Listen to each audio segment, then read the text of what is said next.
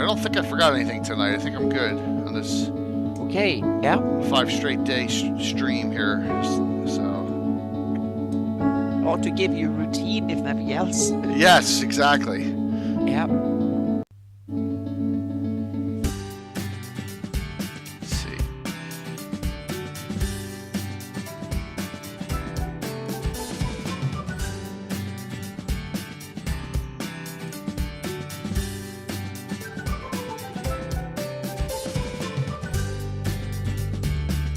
Yeah, but these shows are good. They're really. Find a lot of I hidden. really like these. Yeah, find a lot of hidden tidbits. You know. Yeah, so. definitely. Yep. Hey, Lando. Yeah, look at that timing. What's up, Alex? I'm just throwing. I have a list. I just boom, boom, boom, boom, boom, throw them in there, and whoever shows. You know, just as a reminder. So cool, man. All right, let's see. Where are we here? Fun times. Obviously, no Gabbin next Sunday, but I have a surprise for everyone.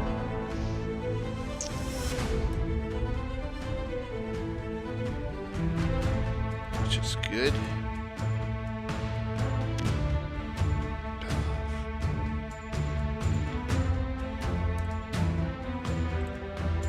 Hey, that's Moose, Antiquitous. Well, there's a lot of that going around on Twitter, Lando, as you see, people complaining about them just getting rid of the off-game license. I don't really care. I mean, you know, I don't know. I don't know what they're going to do. It's not going to affect me no matter what. So, but it's kind of interesting that it seems like the D&D 5e community are in for their first edition change. Exactly. It's kind of, this is something they've never been around before. We've been through this grinder. We went through it multiple times, yes. Yeah, exactly, 4, 5, 6 times or something, depending on what you include in edition changes. If you include things like Pathfinder and stuff like that too. Yeah, well, this discussion tonight, Naz, isn't, but Tim, but that's what that point is that a lot of that's going around. Mm-hmm. That I watched there's not going to be any OGL. Oh, you watched the Nerd Immersions? Exactly, I watched Nerd Immersions, and it's interesting. There's a couple of things he wasn't aware of. I think everything he said is probably very accurate.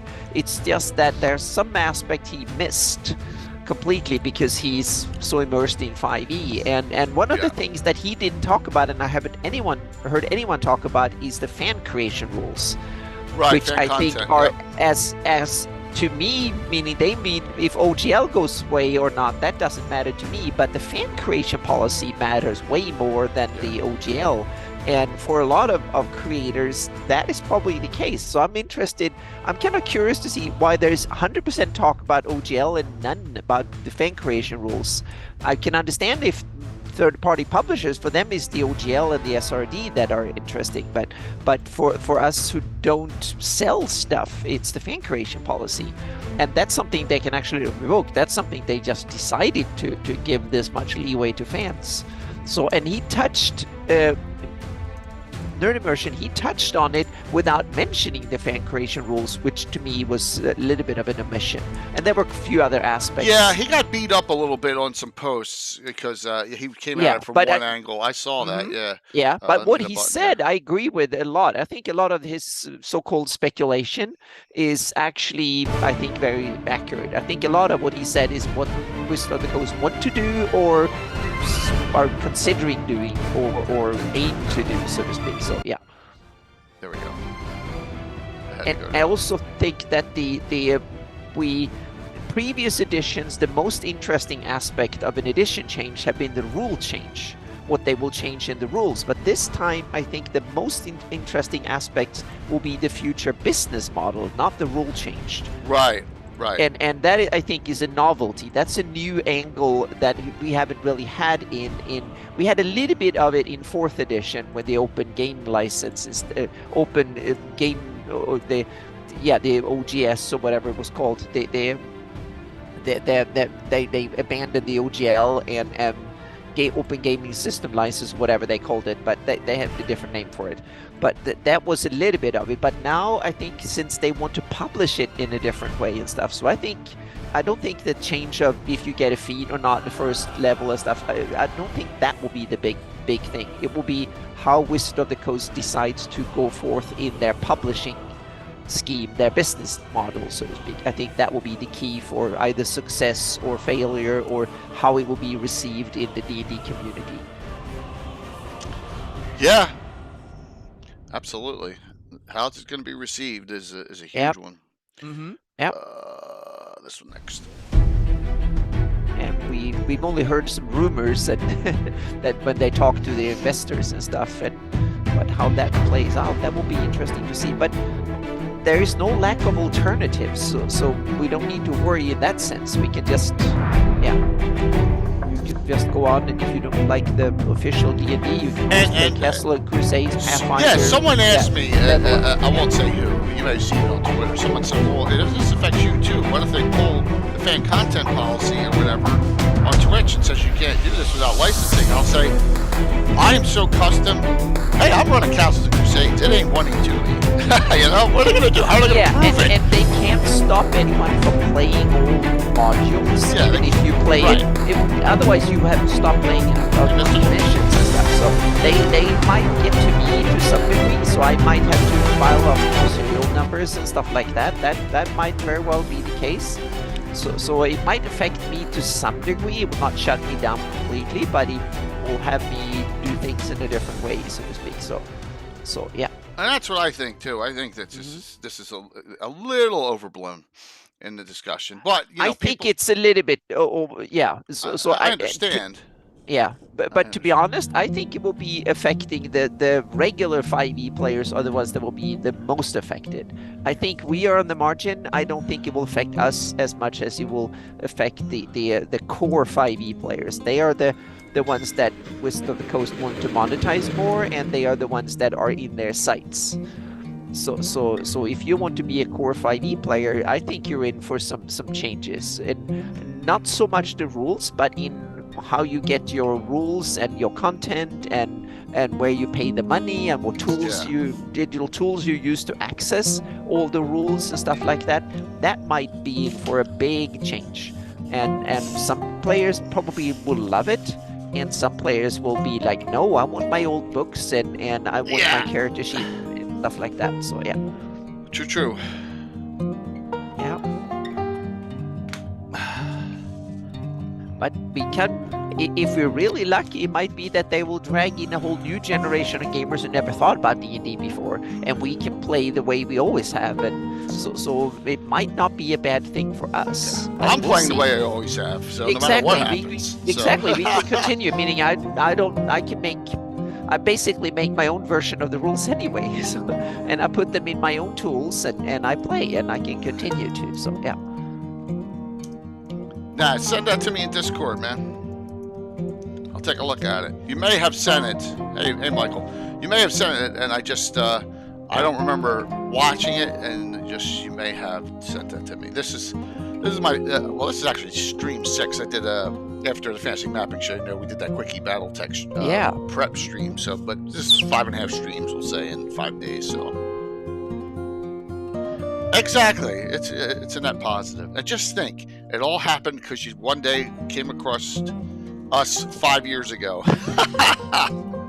52 months up, dude. It's crazy. Yep. Wow. Hey, what's up, man? So everything is going out except for me, except the 4 Frog God Game 2 back books and the Battletech stuff from yesterday. That'll all go out in the mail tomorrow. But all the gift certificates are out. So I'll have that and the giveaway tonight too to take care of. So we're in good shape. Got it all good to go. And we're awesome.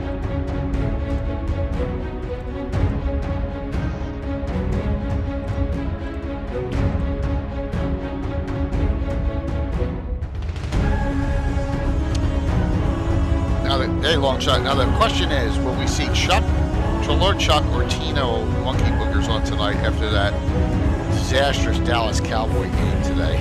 Sorry. I can't gloat too much. I don't want to gloat, but wow.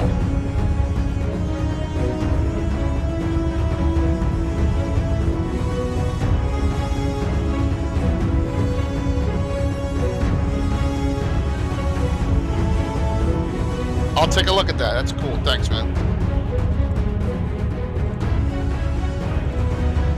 We're just gonna have some fun tonight with this discussion. The game. So wait, next week is not the game of the year. Oh, it's not now. It's not because all the Eagles have to do is win one of the next games and they lock up the #1 seed. Period. Because of all the tiebreakers and stuff. But yeah, Michael, you got it. Whew. What's doing well? Yeah. It'll be on Christmas Eve. We're gonna have a lot of friends and family over. Oh. I just got some information I did not know about one of the games tonight.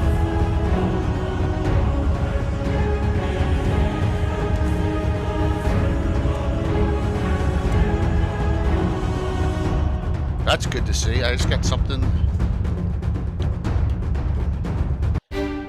All right. I will guarantee this. What's this part? This is our 9th one. Will not have number 10 next week. Well, Sunday's Christmas. We will have a Gabbin on Monday, a week after 26, but we will not have part 10. It will be a very special one. Fun. Yeah. Yep. Good to see you all. Look forward to the ball.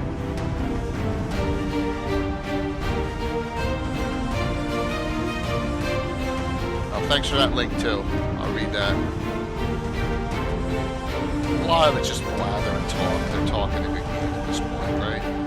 We'll see what happens. Whew.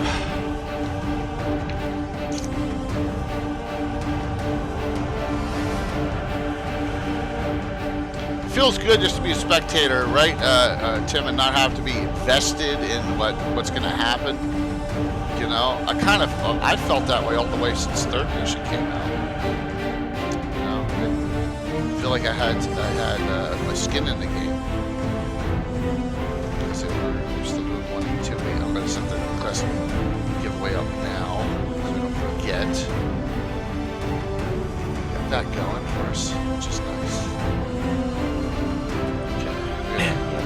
Can't come on a few minutes early. Yeah. Why not?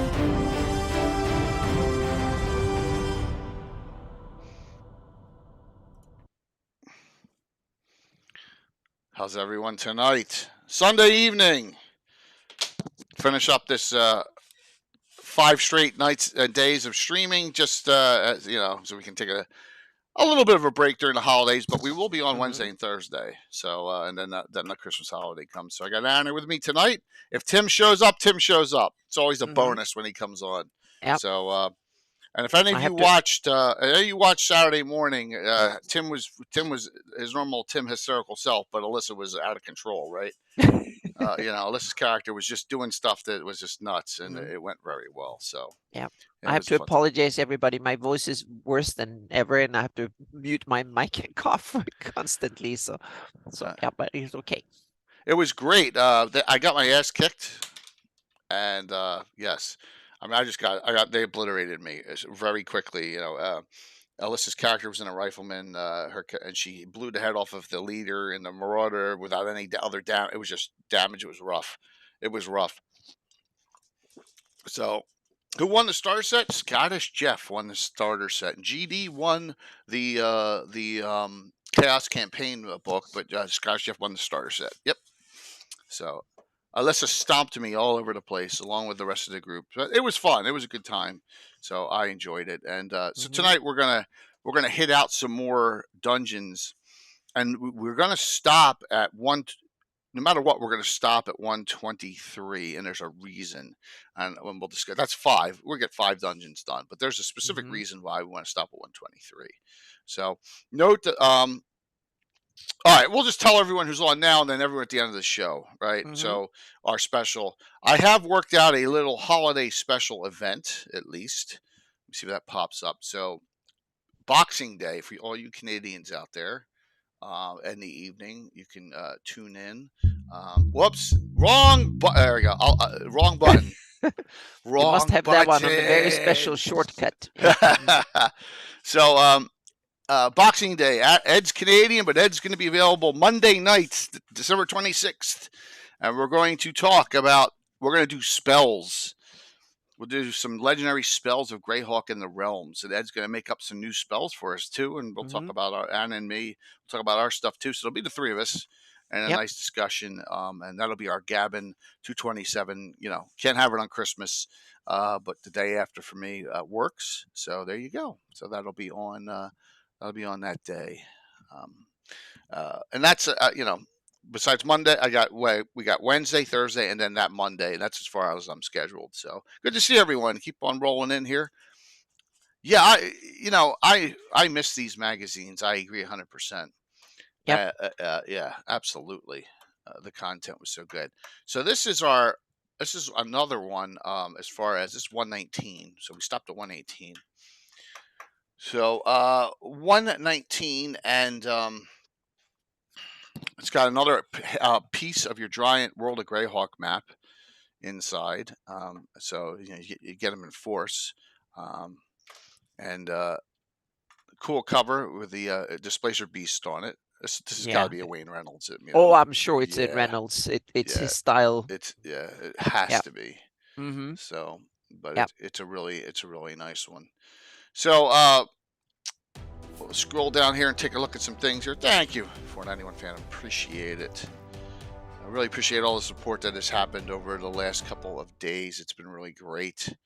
Really been nice, and appreciate all that. And hopefully we're spreading some holiday cheer and getting some more stuff out for you all. We had so far, let's see, 18 winners, and we had 2 BattleTech, and then we have another. So we'll have 21 giveaways in the last 3 days. That's pretty good, I'd say. All right. So let's scroll through here and see what we got. We have a Greyhawk map insert, and is there a lot in this one? Well, yes and no. There's one at least that's official, and that is and also there's a discussion on this afterwards. I like this though. So this is Eric, and I want you to. I think he knows that people are not thrilled with this Istvin series, these 3 adventures, this little mini campaign, because he says right here, the Istvin City of Shadows campaign arc as a whole might not appeal to you, but look at its parts rather than its sum, and maybe you'll find something you like. Maybe it's a map, maybe it's NPC, maybe it's just a single encounter. So I think he knows. Hey, Justin, I'm surmising he knows that while they did this, there was the Giant series, and if you're an old schooler, you did that. And then there's the Return to the Giants, right? And then Sturridge gets invaded, and you did that. And now there's another one where Istvin gets taken over by the Drow a 3rd time. And I think they went to the well too many times. Maybe that's what I'm thinking here. He talked to somebody DM like me. Yep. Yeah. Yeah. Because that's exactly what I do. I steal NPCs, locations, and encounters and ideas from them, but I don't run them as intended, and I rework things, so to speak. Yeah, I think I think that's what it is, and just not a big deal. And it's one of those adventures is here, and it's a Greg Vaughn, and it's a great one. So as we keep on rolling here through, we'll go and let's take a look and see what we got here. So, and we got the legend for the map here for Greyhawk. Oh, so much stuff. Other, and that's it. You take a lot of things that, whatever. You take little tidbits from them, and that's it, or just ideas, and and that's the whole thing. So this unfamiliar ground is not Greyhawk, but and we got it's 3rd level PCs, isolated wilderness area, so it can easily be dropped to any existing campaign. A lot of adventures are like that. A lot of adventures are like that. It's got goblins in it, so and some decent mapping and pictures. And you got this standard same style of mapping that you have during this era.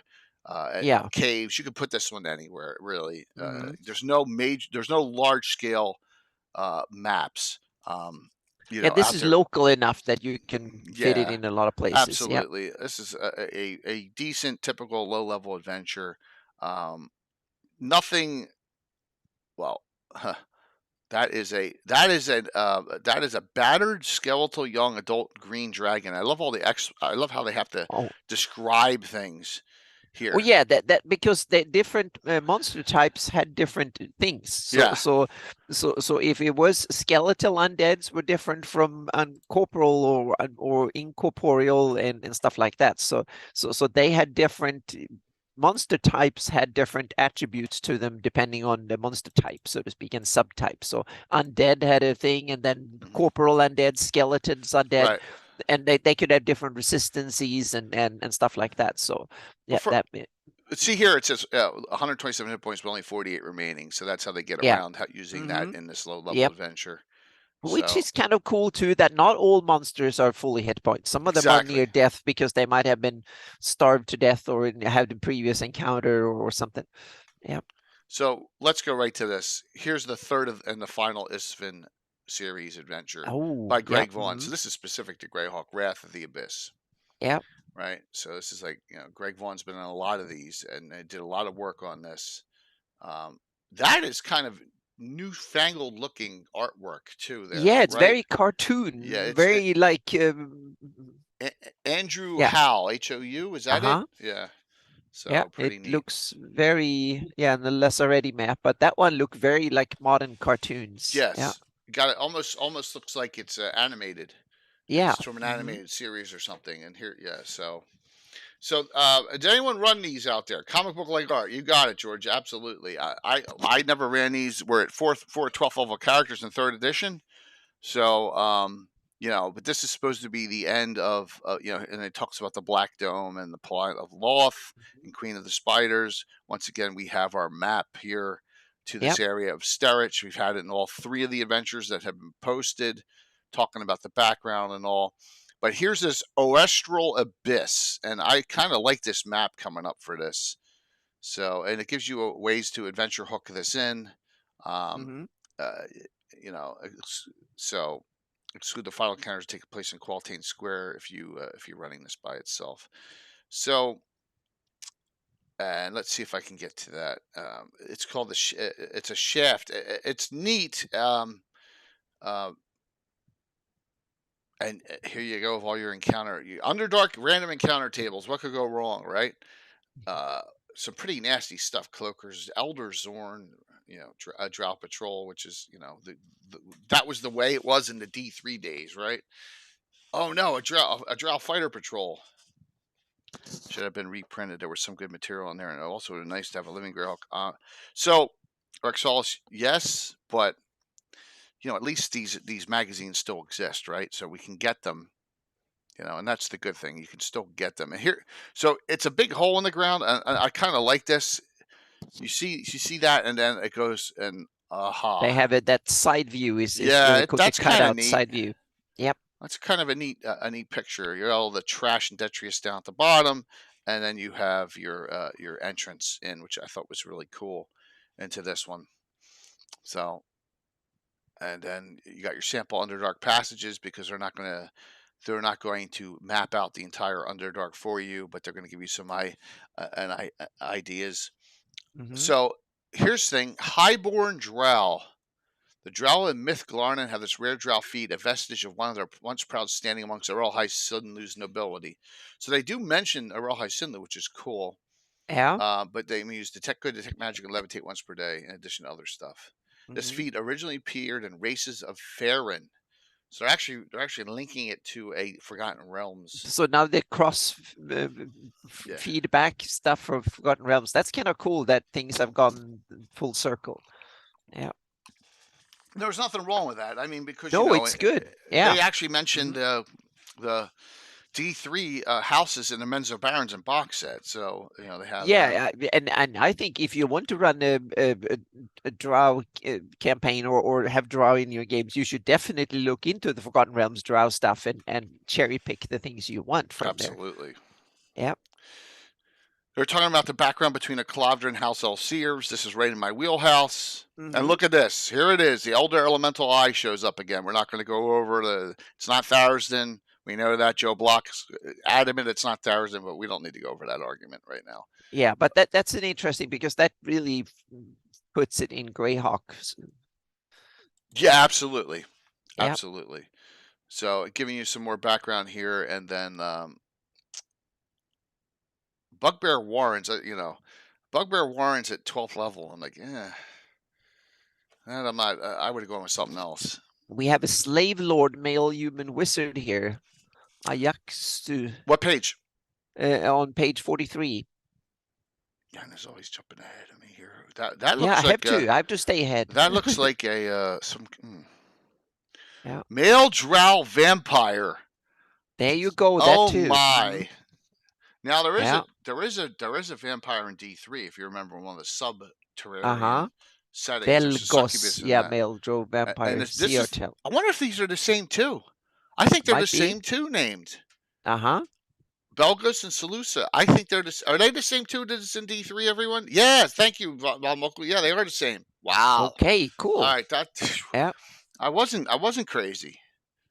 Oh man, probably a lot nastier here. Yeah, armor class 29. That's like equivalent to -9 and 1E2E. Yep, they are the same too. Yeah, and there on the right there you have the slave lord. Ajax 2. Yes. Yeah. So it's he. All right. So let's see. Surface emissary.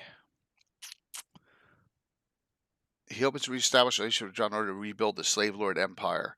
All right. So I guess Kalen Lekos at this point has fallen, and this is a renegade slaver. Yeah. Yeah. So 11th level. Okay.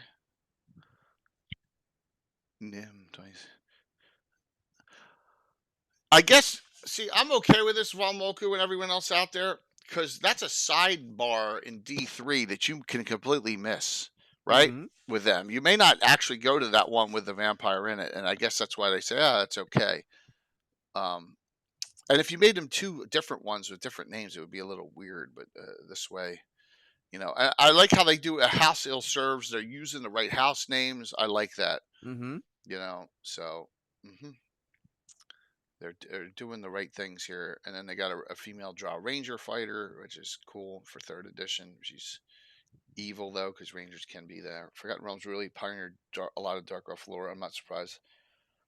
Yeah, but Dark Elf, you got to remember the lore. The Menzo Barons in lore and the Drizzt lore is yes, but there's a lot of at D3. There's a lot of hidden. You got to dig. There's a lot of really good lore in D3.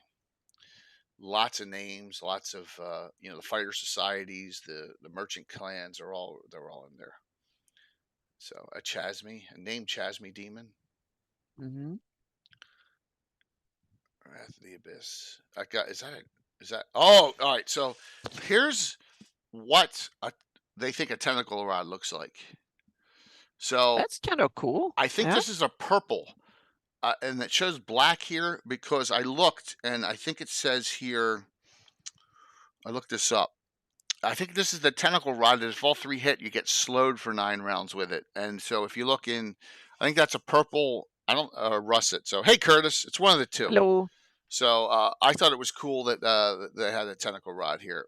Now, that is super high level. In the old school 1E2E, male drow never got that high. It's the clerics. They were the wizard types more.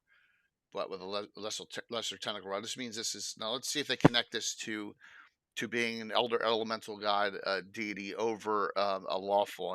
And yep, it's a house ill serves. So there you go. All right, so they did it.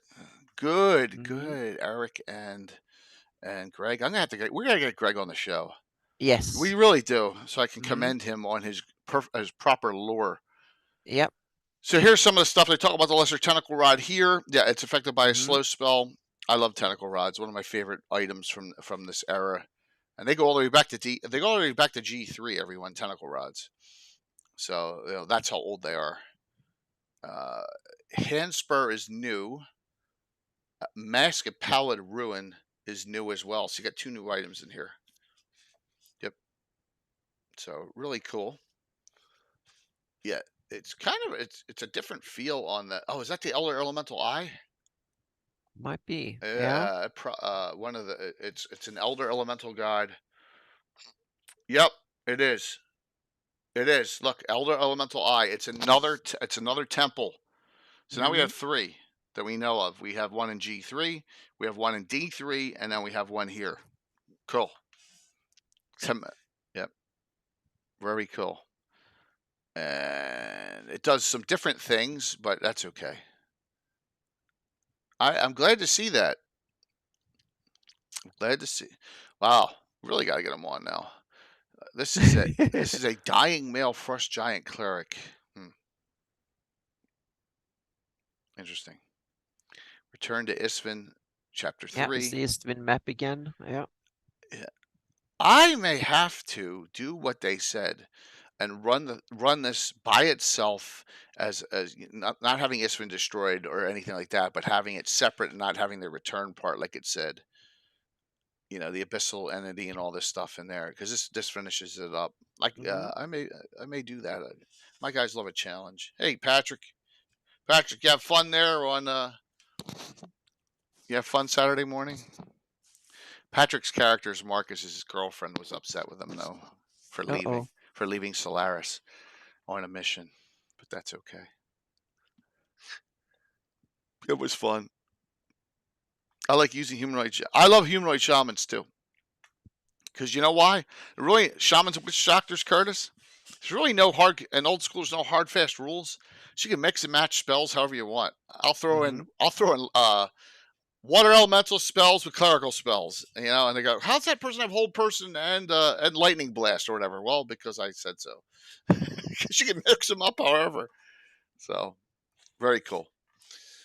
All right, so this is good, and you notice a Mm-hmm. lot of these that he notes are Touch of Abyss, Shadows of the Abyss in this one, and Tamara's Fate, which is in Ghost of Saltmarsh. Greg Vaughan's done a lot beyond this too. All right, this next one is not specifically Greyhawk, I don't think, but guess what?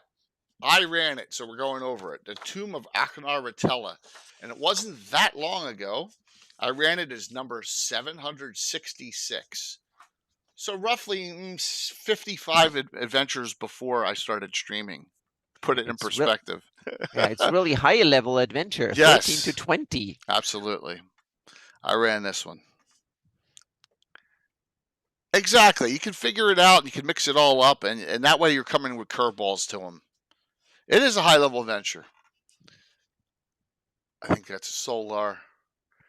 So I liked some of the stuff in here, and you'll see why I think it's Greyhawk right off the bat. It says it's designed for 4 14th level characters, right? And rebuking undead.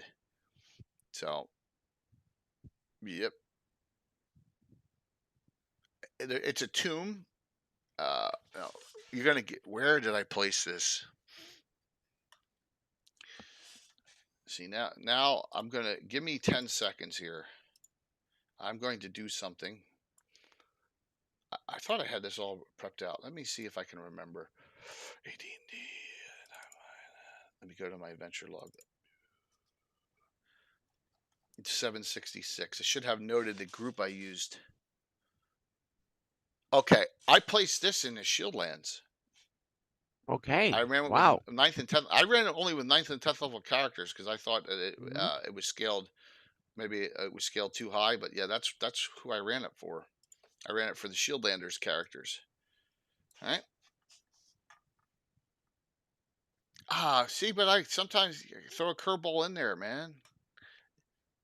Throw a curveball in there. You see, Patrick, you forget you were flirting with that character the first the first mission we ever did. Just tied it in. All right, so we got Knowles in here, Ettins. We also have some really great artwork and a really cool item that I don't know why. Well, they highlight it. This is all, as you can see, once again, this can go almost anywhere. It was a small woods. Um, I figured this could be something that that got brought out, in the destroyed areas of the Shieldlands. That was perfect. You got a lot of humanoids here, so I thought it was an easy connect. He also has an an Hag. So it's an undead and humanoid crawl basically. And let's see. So hopefully Skageth isn't on yet because there are these things. They're whites that are monks, so that would be really painful for him. So we That don't sounds want. like a nasty combination. Yeah, Though. Yeah. yeah, absolutely. And I think that was another reason I was drawn to this. I was like, "Ooh, that's neat." Mm-hmm. They're undead. They're monks that were drained. Bone spider swarms. I think there's they got a really cool Flint picture in here too. Look, it's just a basic tomb, underground setting, easy crawl. I love that picture. I love that chasm picture there. I think that's a Yeah. fantastic looking picture. So, but something. Here we go with the mesoliths and canaliths and stuff like that. So you got some demons or daemons or whatever they are in this edition. Yeah, true, but here's they talk about the Flynn bar and the Flynns here, and this is a flying Flynn, so it's got wings, which is kind of an interesting thing. But yeah, so and they talk about the Flynn bar, and once again, it just brings me back to old school days, using that. So the Flint bar I think is really cool, and the Flints, yeah. Yeah, because of the disarming ability on them, you get a save versus it. So here's the scaling the adventure. For me, it worked for 9th and 10th levels, and not that high. I didn't see anything that was like crazy. The spellcasters aren't super nasty. A lot the combaters are more difficult. And look, they also talk about this blade, the black blade, which reminded me of a black lightsaber a little bit. But like Eli Tomarast and Mark Castle maybe know how to, or Basim Goreg, the Firebringer in Dungeon 101 to destroy it. So, it was a cool little adventure, and I ran it. So yeah, you can place it anywhere. There's the spider swarm stuff. So bone spider swarms. There were some neat things in it, but I ran it and I found it good, but it's not specific to Greyhawk. So mastering the games, got Monty Cook starting a new campaign goals. Yeah, they ran a long series. Long series, spells for sale. I mean, how to get your spell book loaded up. A lot of people don't worry about that, but I kind of like that. But they seem good. These articles seem great. Yeah. Enemies at the gate. So there's some good stuff in here. Sounds of the Underworld. That's an interesting discussion. And on the wild side, creating frontier outposts. That's a really good article. Because and trade what's available, trading rare items. This is a really good article for any of those that are keep on the Borderlands type of adventurers. Want it out of the way. Don't want a lot of cities around or whatever. Wherever you're playing, this was actually a decent. Who wrote this? Rodney Thompson. Don't know. So that's the first one. Getting rolling there. So 119. So we go up and up and up, and then we go down the last two. You'll see what I'm talking about. It's like, we'll read it again. Yes, yes. What's he talking about? He talks, but Return of the Gamer Part 1. Yeah. He doesn't say much. He talks about like some life experiences and there's something that happened to him. That was probably why he was hired to write it, so to speak. So, yeah. Yeah, and he's just talking about going around and stuff for 3 dungeon readers who don't know Steve is. You can mention him. What you can do when you're famous, you don't have to talk about much. You just so he just babbled a little bit, which is okay. That's what we do from time to time quite often too. So Oh, absolutely. We gab a little bit. Definitely. Oh, let me go all the way back up top here. All right, now we're getting some good stuff. I was just going to say this is a kind of a cool issue. Yeah, this is cool. All right, so we're on map installment. 120. Yeah, third map installment. Yes, third or fourth map installment. Hey, John. Yeah. Congrats on the Wacom win there on Friday night too.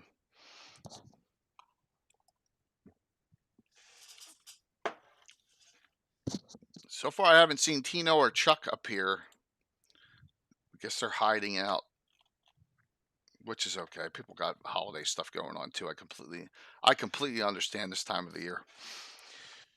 Completely. All right, so yeah, this is a really good look of Demogorgon, right? That's a really nice look. So baboons always scared me too, man. They're just and they'll rip you apart. Uh, so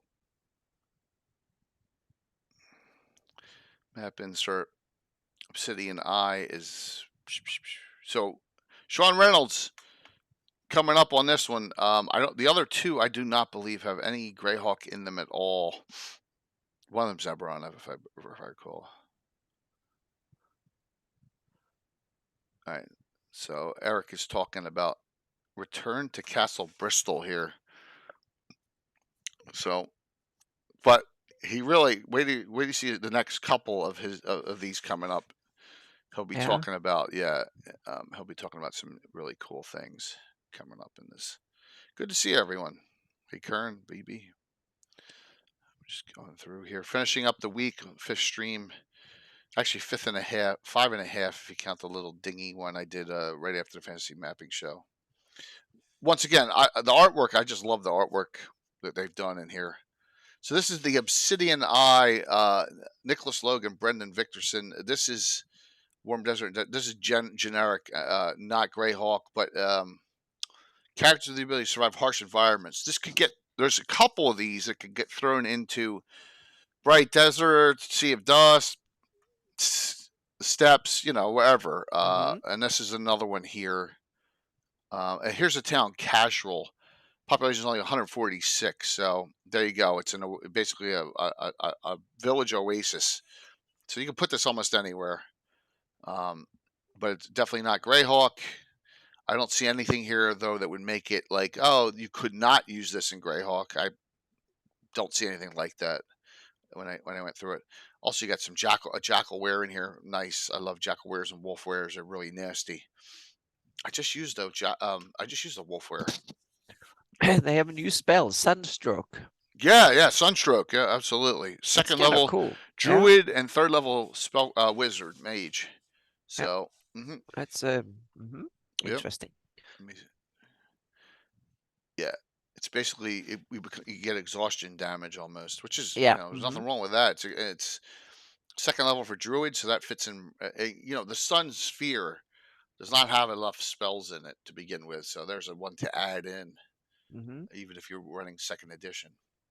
So just into the sands, into the desert. Hey, look, the Washington Monument's there.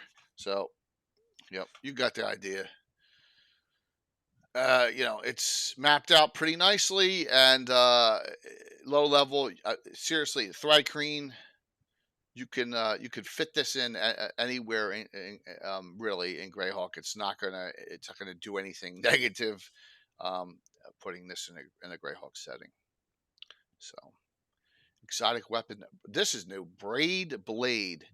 So that's a little crazy. She makes her hair into a weapon. I would be really worried about flipping that thing around. Holy jeez. That's an exotic weapon.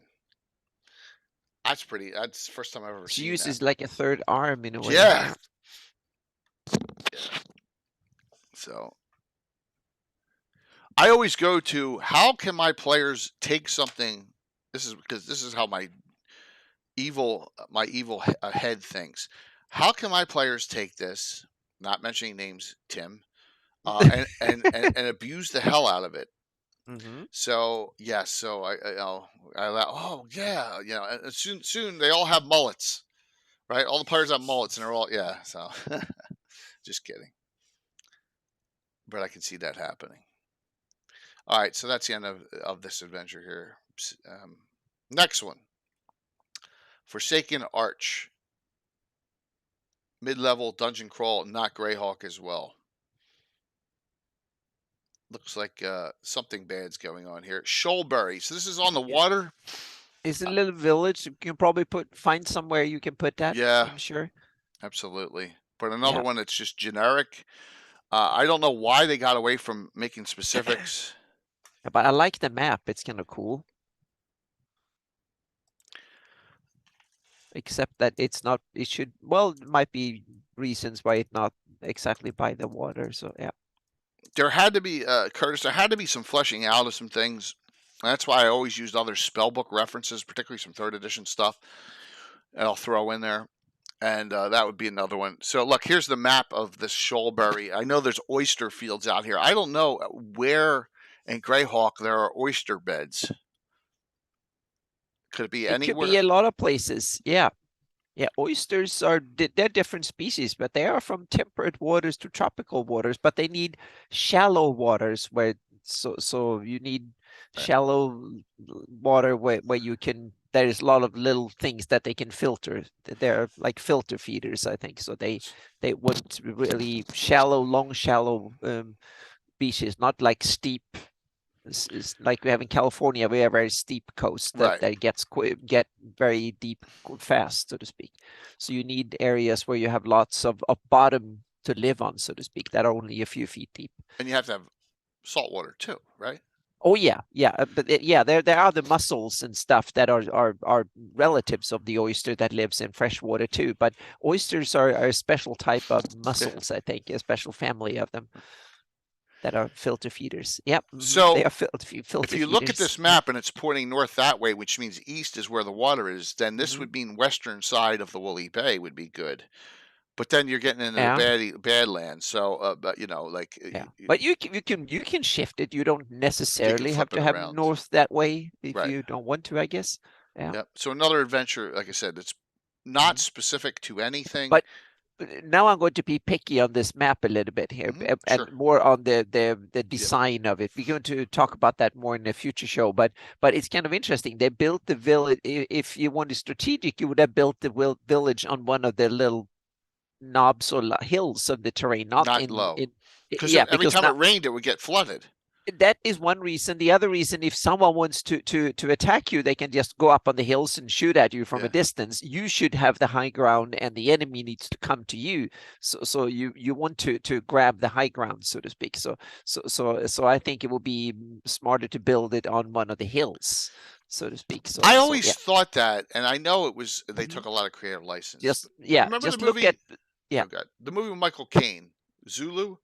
They were at they were at that Rorke's Drift or whatever, and they had 4,000 Zulus and there was like 150 of them. They were in the they Okay. were in the valley, and it's like Yeah. they're all the way surrounded. I Hmm. was like, Yeah. well, that was a bad place to put Yeah, this. but go and look at medieval cities and stuff around Europe and stuff. They were built in defensible positions, not Yeah, in a valley usually, unless there was some specific reason for it. But they often built on a cliff top or some other defensive position. but this is kind of out of the comfort zone or something that I've seen in Greyhawk before. Was anyone discussing oyster beds ever? Hmm. It's usually No, not that, no. so But that's it's kind of one of cool. these things you should look a little bit at real world, and then you should tweak it a little bit and Yeah. make a fantasy version, and you can have giant oysters and stuff like that. They are giant mussels in the real world that are big enough to be like a bathtub size. So This is a cool map too. This is neat, yeah, showing the oyster bed and the way it's yep. set. So, is this beyond? This is a dumb question, maybe beyond the technology of what Greyhawk normally is. You think of No, technology? no, No. I'm Okay. I'm sure they could grow things like mussels, oysters, and stuff like Okay. that. Definitely, that they probably done it for millennia in real world. So Okay. I bet that they have areas they did that back in antiquity. I'm sure. Oh, they are. Well, we're waiting for it. I Yep. guess we're waiting for a lot of things like Maltamir stuff too. I got it. Hmm. So here's the other thing: Pazuzu, which is definitely a god of Greyhawk, Yeah. an evil Hmm. demon that's using Greyhawk. It Yeah. talks about Pazuzu, so I have no problem with this going into a Greyhawk, discussion at this point. Yeah. Definitely. Yeah, Yeah. but you have these Raven guys. Hmm. Are they Kenku? They are Kenku. So you have Kenku. All right, Okay. and Kenku Yeah. are Greyhawk too. So it's not like Oh, Kenku you're or out. Greyhawk? I didn't wasn't Well, yeah, aware of that. Kenku are in Greyhawk. I'm just saying that Okay. they're, but Hmm. These birdmen's. yeah. Yeah. Hey, Pondry. Uh, so I haven't, it's just it's a generically placed one, and Yeah. there's nothing wrong with setting it there. But I like the look of these Rob Lazzaretti maps are Just having fun. gorgeous. Yeah, Yep. they're really nice. Yep. Really nice. So It's some of the village design that was world building that I was kind of more a little bit questioned, not the style of the map and the cartography, but the yep. Forsaken Arch. There Okay. you go, Yep. out to the Mhm. waterway here, out into But this. this makes more sense. You Yeah. dig into to little islands and Yeah, stuff that's like a cool that. map. Yeah, that makes a lot more sense. Yeah. Yeah. So I will here. I'll Tim you. I'll head you up when you can determine which head makes the most sense for the discussion there, Troy. There you go. Okay. So yes. Yep. Now So I need there's to look at the Kenku. I wasn't aware of the fact that Kenkus were part of yeah. Greyhawk. Oh Yeah. yeah. Carlos loves Kenku. Okay. Yeah, Yeah. Carlos loves using Kenku. Mhm. So yep. And so here you go. You got a Temple of Pazuzu. So this could fit in Greyhawk because Pazuzu Yeah. is definitely a demon, which but it's just not Yeah, specifically. Sergeant put in him heavy in the I use the evil and stuff. He plays a large part there, maybe too large in my opinion, because he's not one of my favorite demon lords. But Right. Here we go. This one is as Greyhawk as you get. The Lost Temple of Demogorgon by Sean Reynolds. Well, let me rephrase that. I think it says we recommend this be played in Greyhawk. It says any setting. It's another high level. You're bouncing up for Timney and Chan. I didn't even have a chance Saturday to go after Tim because I got my ass kicked by them. I mean, my gosh, all the crits and head blown off and stuff. Troy, I was out of the fight before I even realized it. I had no shot at taking it. Well, that was Hikaru. So, yeah. And let me see if Lost Temple, 14th level, though it is near enough to a major city, PCs can interrupt the adventure with a quick trip to rest. Blah blah blah. The adventure is nominally set in the world of Greyhawk near the fortified city of Iron Gate. there you go. Cool. So we're on. Yeah, I got wrecked. Yep. And it's a Book of Vile Darkness yes. adventure too. Yeah. So we have Iron Gate and the Iron Hills here. A rarity for having an adventure placed over there. Yeah. So if you're on that side of the map, you got an adventure here, and it's a high level one. Cool. Yep, I did not run this. Well, Iron Gate is south of Alyssa and ID and that whole area and Almwall. Yeah, southeastern Flannis. Yep. Yep. So it says the PCs begin the adventure in Iron Gate at one of the clan homes that are part of Dwarf King Holgi Hirsut's kingdom of the Iron Hills. So there you go. So you have some direct connections right in. You also have a mention of the Scarlet Brotherhood here. All right, so that's good. And remember, Sean Reynolds wrote this adventure, and he wrote he wrote the Scarlet Brotherhood. By the way, because of that connection, I was already ready. I definitely was. This was going to be one of the for the giveaways tonight was the Scarlet Brotherhood reference. It's going to be one of the best supplements for Greyhawk. Yeah. Yep. So figured that would be good to go with. So as we continue on here, and it talks about the highland of the Iron Hills, which is good. So you got some background here. You also have some the points on this. Iron Gators are rumors about an upcoming naval offensive by the Scarlet Brotherhood. I don't want to spare any soldiers to investigate those ogres, so this is what the adventurers are for. Yep. Here's another thing. This is another Carlos thing. Carlos is great, loves these too. The Dwarven Kingdom is worrying about an increase in the number of dark creepers and dark stalkers. So that's another one that he likes a lot too to utilize. And also have to deal with an increase in espionage from agents of the country of Alyssa to the northeast. So there you go. And that's that Alyssa turns to Neri, right? That's the yeah. Okay. And Buffrin, it's not on my map, so I just put a note in Evernote to look into placing it. Yep. So this I don't know if it's placed specifically. I'm not sure it is because I know I've read this and back in the day, so I probably didn't place it because it's, but we'll see. Yeah. Putting it somewhere in the Iron Hill image. It's one of these things that I probably should put somewhere. So, yeah. Yeah, this could go, I think, somewhere out there. But hey, And that's how they make it generic. They say, well, this is Iron Hills and stuff, but we're not going to give you a map to it, right? Yeah. So Lost Temple of Demogorgon. So as you can see, it's pretty linear. Telling you how, if you're going in and out, how to restock the temple. Um, and it tells you use the Book of Vile Darkness to do this. So, very cool. Tells you about the demontained treasure. A demon tainted, jeez, my God. It's an evil item and bestows negative level non-evil users. There you go. All right. So, fiendish apes. I think we got something coming up that's kind of a surprise. So we got war apes, awesome. Fiendish giant octopus. So we've demonized everything here, Anna, which is you like that. That's kind of a. I wouldn't want to fight these apes. I mean, look at it. Yes, bloodthirsty apes, demonic. That would be bad. So, what's up with this awakened thing? Does that mean they become like able to adventure and get levels? Is that what that means in third edition? They mean that they have an intelligence higher than 3, I think. So they passed the they are past their into human level intelligence. That's what if I remember correctly. So yeah, animal intelligence 1 is like very basic. Animal 2 and 3 is or like 2 is animal intelligence, or 3 plus more than 3, I think, is that's when they're awakened. So they're smart enough to have basic reason. You can talk. They can learn languages and stuff like that. Okay, so humanoid intelligence animals, they can have class levels and so on. Okay, cool. That's what I thought. Yep. Awesome. Dun dun dun. Good to see. Yep. Because there's a lot of them in here. Yeah, so things like dogs and wolves and stuff are like 2, maybe 3, and then if you boost them up to higher intelligence, then they become into 10, that high. Okay, wow. Yeah, Garrick male awakened dire ape fighter. Yeah. Yeah, I mean they're pretty nasty. You know. Oh, look at this, the cannibal.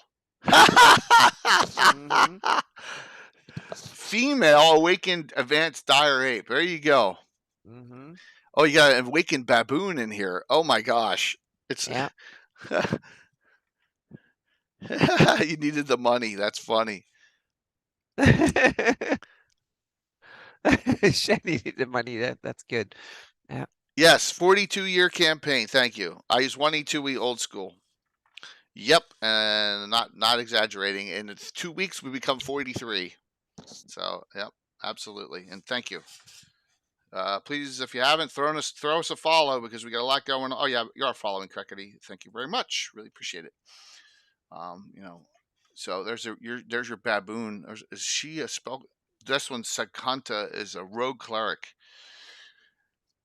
Man, so I guess what happened here is the Bar Agora are the leaping demons. They're orangutan, and I think Sean Reynolds says I'm going to expand on that and make these all ape and baboon types, simians or whatever, into these awakened demonic creatures in this temple. Yep. Thank you very much. Really appreciate that. So here's the Great Beast, awakened advanced dire, 265 hit points. That is nasty. This would drive my players crazy, by the way. It would. It would absolutely. That looks like Yuan T. The color scheme of this article is driving me more crazy than anything. The pink. Oh yeah, yeah.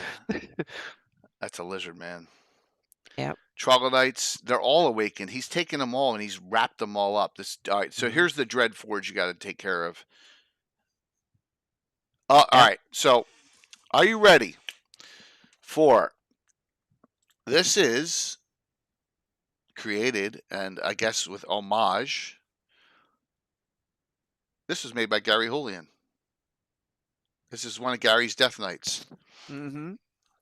Lord Caven of Rax, male Death Knight fighter, 14. So there you go. Gary has one of his Death Knights in this adventure. and that was the surprise. So yep. So that's pretty neat that he has that in here.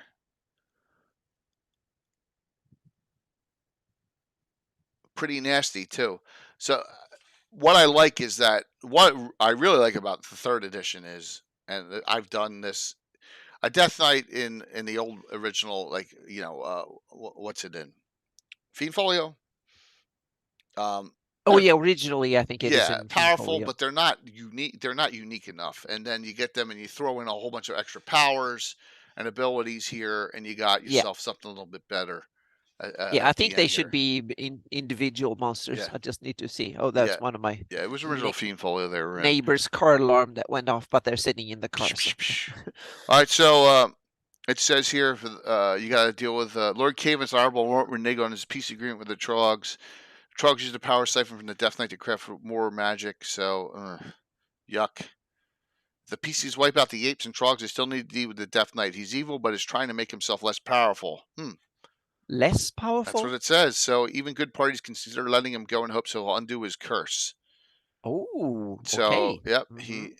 there you go. Kevin can be a recurring enemy, whether or not he remains a Death Knight, or perhaps the eventual removal of his undead state lets him turn away from evil. He's disgusted with the state of affairs in the Great Kingdom and might ally with one of the provincial kings in an attempt to recreate the Oh, kingdom of his day. Well, this that's is pretty cool. interesting. That is awesome fun. This is not something for my next campaign. That's pretty cool that Mm-hmm. that Sean Yep. went that far in depth into it. Yep. Mm-hmm. Yeah, and I understand why they say, it's in Iron Hills, but it could be placed almost, it's like Yep. that's where he placed it. So Mm-hmm.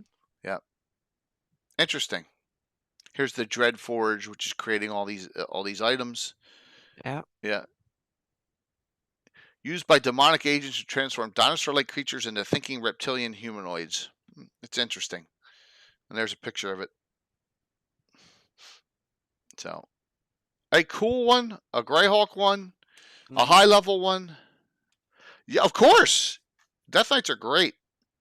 I've used I used Kargath from the Scott Benny article way back. Mm-hmm. Yeah. Way back. Yeah, I used them in my Rel Devin campaign, and I plan to use them again. Yeah. The Hard to Dread resist. Rod is a keyed item to the power for the Dread Forge, so it's probably the key for turning it on. I like this. Sean Reynolds has worked for 5 different Mm-hmm. game companies in the past 10 years. He takes advantage of his rampant insomnia by writing 4 or more books at the same time. So there we go. That's Sean Reynolds for you, who we had on just a couple weeks ago. Mm-hmm. Oh, and also, I love that illustration. Oh, go down a little bit to the next page. I love that illustration where that it's always it's That crazy awesome. little chitness thing. Yeah, he looks so cool. Yeah.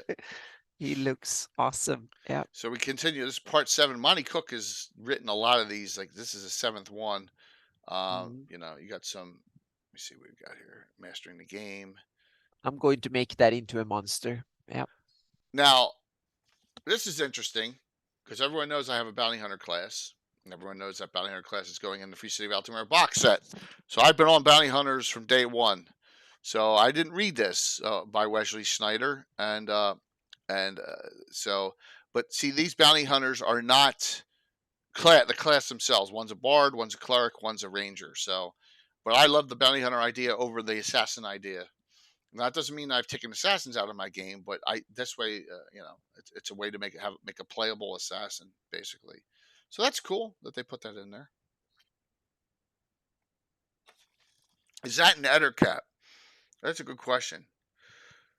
That could be.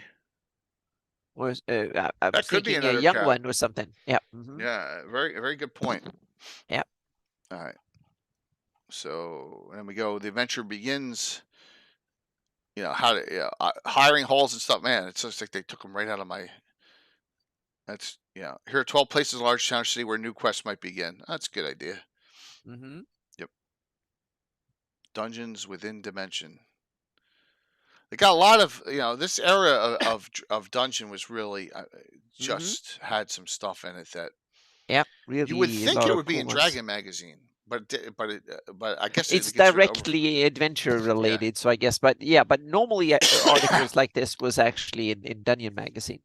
And we have another Will Wheaton here. Yeah. Yes, we have another Will Wheaton. Yeah. Return of the Gamer Part 2. More he's gonna more talk about a story. Yep. I like how he uses the word Monty Hall up the top. Like all Monty Halls we met in a tavern and fortified ourselves with drink. So, yep.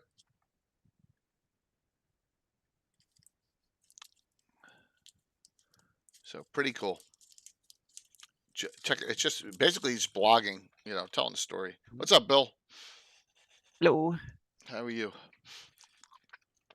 Okay. Next. Bill, you have to stick around for 121 because you're gonna have a semi-stroke.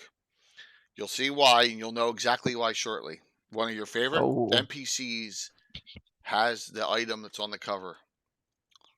Here is one of the best one ever. Yeah. Doesn't love Igwilven Grast. My favorite demon of all. Well, second best demon. Yeah. Behind who? Vuron. Lord Vuron is my absolute favorite, but Grast is a good second. Yeah. Or maybe Grast is even better. Well, it depends which mood I'm in, but I kind of like Vuron the best, and then Grast second best. Yeah. Okay. And that sword, I love it. Yeah. Orcus plays a big role in my Altamira stuff there, Crackety. You'll see. Big role. Yeah, I'm starting to figure out the role of Orcus in my campaign. I'm starting to. I never had him before, but now I really start to figure out where I want him. So, well, it's both. Demon or God is both. Yeah, and my campaign, the same thing with Grast and Orcus, both demon and gods. Yeah, demon lords are gods. Yep. Okay, so this adventure by Stephen Greer, Fiend's Embrace. For me, I must have run this the minute this came out. Okay. 5:15. So as Aknar Rotella, which was in an earlier dungeon, 766, I ran this one number 515. So I must have run this the day I got this one. So I'm like, oh, this is perfect. This was run right outside. This is run for Altamira people, and it's the Night Stalkers, that group. It's our first adventuring group in that started in Altamira. So that's the group I ran it for. This is how, and you'll see why I know that. Yep. Getting it off the ground. All right. So here's start talking about these letters from the editor. The new campaign will have a very special relationship with the magazine as I plan it, playtesting it, proving ground for the forthcoming Age of Worms adventure path. Oh. Okay. Now, that begins in Dungeon 124. I do not want to do the first one so we're stopping at 123 tonight. But when we start this back up, we're going to go right into the beginning of the Age of Worms on 124. Okay? Yeah, because that is Greyhawk like crazy. Yeah, so absolutely. But we're not going to get there tonight. Just letting you know. Yeah. So I'm out we to need to talk with that Greenwood first. Yes, we're going to talk with that Greenwood first. I'm out to capture the essence of D&D with my new campaign, and I've got just the players and authors to help me do it. Yeah, he did. He did really. So he's really excited about this, and they're really planning this out. Yeah. Yeah. Yeah, this was one of the golden eras of Greyhawk content. I like this too. He says, James Jacobs, who has dutifully asked me, so when is that new campaign starting again? Every month since we put together issue 1 and 2, has threatened to play a gnome bard, a clerk of Merlin, and a freak show fortune teller. Hey, whatever. It's third edition. Yeah. Yeah. Yep. The clerk of Merlin's perfect, though. I love, we love Merlin. So I was going to hit something here. Let me hit this. Gabbin, that should show that. Yeah, that should show that. Okay. I always scroll through these hoping to see a name I know, someone and go, hey, they're watching tonight with one of these. I haven't come across it yet. a letter C editor where someone gets their name on one of these. Yeah. I was really hopeful. How it happened? Haven't had it happen yet. That would be funny. So A lot of good illustrations in this one too. yeah. Okay. Another piece of the map, of course. Yep, the last fourth piece. Fiend's Embrace. Here we go. Stephen Greer. Greyhawk, it says specifically. It says low level, which is surprising. Cold Swamp and Dungeon Crawl. My guess is that I ran this at the 5th level era for the Night Stalkers build. You remember it was early on. If it was number 515, it was really early on when we just started. Yeah. So I'm going to give you some background on this cloak called Fiend's Embrace. The cloak has since changed hands many times, and eventually through the lost years of it, eventually it was lost and forgotten. So it says 4th level, so it's in that realm between 3rd, 4th, and 5th that I ran this adventure. And this wizard Arak learned of the cloak after purchasing an antique cloak from a recently deceased wizard named Zarlag. So, Coldstone's Keep is the place where it's hidden now. I think it is. Yep, it's in the. Yeah, I put it on the map. Right? Yeah, it's on the map. It's, it's north of the Cold Marshes. On the map. Yeah. Yeah, I had them travel up there. I had them travel up there for this. Yeah. So, although Arak can live anywhere in the world, the adventure itself is set in the Cold Marshes. As a result, if your campaign is set in some distant nation, you'll need to address the fact, in order to get to the Cold Marshes, the PCs might be faced with a fair amount of travel. Yes. From most places, that is really far away. Or a teleporter gem or something like that. Yeah. You know. So, and there's some maps in here too. We have a large encounter table in this, which is done very well. And this map is a little tough to read. Okay, I'm going to try and blow it up a little bit. Yeah, but I must say that I love that style of map. Is really cool. Yeah. You have the Wolf Nomads, the Hunger, Coldstone Keep, the Lost. This is on your map, Anna? Yep. All right. I'm gonna risk. I didn't bring it up yet. Let me bring this up right now. What could go wrong, everyone? Right? Nothing. Yes. Yeah. Not with this. Bring this up here and take a look.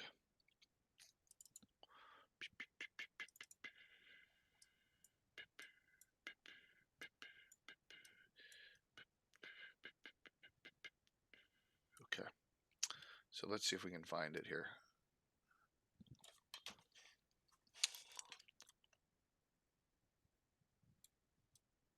Where is it specifically, Anna? Cold Marshes is on the right side there, and then start zooming in. Yeah. Okay, there it is. Yeah. Right here. And then, okay, it's all in this area right here. Yeah. There it is. I see it. Yep. Oh, it's near Ebbenfrost too, huh? Yep. It's in the middle of nowhere. Yeah, definitely. So the other locations are not on here though, right? So, whoops. Guild Superior! Hope you had a great adventure there. I know we're doing Blade Runner still, right? Hang on 1 second here. Good to see you. Thank you. So, yeah, that's cool. I just was like, maybe these locations are too small to go on here. The Potion Maker's Hovel, yeah, the Lost. Yeah, some of them are so small that I kind of skipped over them. Okay, yeah. All right. So, if you want to follow along, everyone who just came on, welcome. By the way, exclamation point drawing. We're giving away some great reprints, and we're on Dragon Dungeon Magazine 121. This is a legendary one with Grazix and Igwolf on the cover, and also with the item. Here's the cloak right here, Fiend's Embrace. That's it. And that's what we're talking about. So we're going over our dungeons here. So this is a real classic. And this is the Adventure Fiend's Embrace. Okay. Well, thank you guys for that read, and gals. All right, so there's the map, and then we got notes on Zarlag, Zarlag's hut, Coldstone's Keep. Remember, this is not a super high level adventure. So, and that always caught me as for this, third, fourth, and fifth, this is a pretty powerful item for that level, right? So, but there's always ways of dealing with that, right? You got a potion maker up here. You got a barbarian named Cruden, and here's Coldstone's Keep, which is in ruins. And that's where you're going. Yeah, one end is partially sunken into the swamp, causing the entire structure to list to the south. This is well before, it's 2005, right? This is well before 3D printing is around. Mm-hmm. But I could probably get you do Cold Bill or whatever. We have that ruined keep. We would have this on our table now. In 2005, we didn't. I may have like I don't know what I had then. I had Miniature Building Authority. Didn't have we didn't have a lot of crafted towers, so we had to pretend we had a tower at this time. Just noting how things have changed over the last 17 years since then. Yeah. Yeah, this is a cool one. Here's the map for it. Yeah, you're right. The pastel colors, Anna. A lot of pastels. Well, there's a publisher that I shouldn't name that have adopted this, and to this day they have gone so deep into that's what some people call unicorn vomit or that color scheme. So what they call they were early unicorn vomit. Yep. Yep. Or very cool. Sparkle vomit or unicorn puke. Sparkle vomit's one of the dice colors. I know that. Yeah. Yeah, I've heard these kind of things. Yeah. Mm-hmm. All right, so here's so it's very in 2022. It's very popular with some publishers gone really deep into it. So yes, as you can see, the bottom level is flooded. So you have a swamp going in, flooding it, and you got one scrag. I don't ever think I've ever one's not enough. So I think I added one or two in there. This is the second of the two adventures that I've run this whole time, and one of my favorite items, Pearls of Powers, in here, which is great. I love Pearl. Able to give a lot of them out to help mages and stuff with the recasting and getting them more spells. So, oh yeah, Lomas, Anna's with their undead goats is wonderful. Oh, thank you. Yeah, there's more. I'm so, yeah, I will get to the end. So at the end, there will be some shout outs and stuff, and I'll explain a little bit why I'm been kind of. And please note, after this, the holidays, we're going Wednesday, Thursday, and then next Monday. And Greenwood will be back then. We'll talk about that at the end. But yeah, we'll go Wednesday, Legends Lore Wednesday, a game Thursday night. Off for the Christmas break, and then Monday we'll have a Gabbin special on Monday night instead of Sunday next week, and Ed will be on. All right, we got Sturges, so you're basically going into this tower, seeking out this this item. Very very simple. Vine horrors good. I love plant monsters, yellow musk creepers. All those vampire vines, all those things. I love those kind of creatures. The only thing about them is they tend not to be mobile. So you got to make sure that they get surprised by them and get entangled into them before they start blasting them with spells at distance, right? That'll be the only thing. Oh. Okay. There's a Splizmac. That's got to be the scrag. Yeah. Splizmac, self-appointed leader of the scrags. There's a lot of scrags in here because of the swamp in this area, the cold marshes. Mm-hmm. So is Ayu's control this area, or is it just not real? Yeah, it's on the frontier. Yeah, he's frontier working on it, so to speak. Yeah. So yeah, it's on his frontier. All right. So this group is now on my campaign on a regular basis. You have Black Death squads, which have existed for a long time of IUs, but I have the Fingers of IUs, which is a term for adventurers that are working on behalf of IUs for nefarious purposes, and we've used them multiple times. So there may be different fingers of the hand out in different areas of Greyhawk. I really love this idea from this adventure and have taken it and run with it to this point.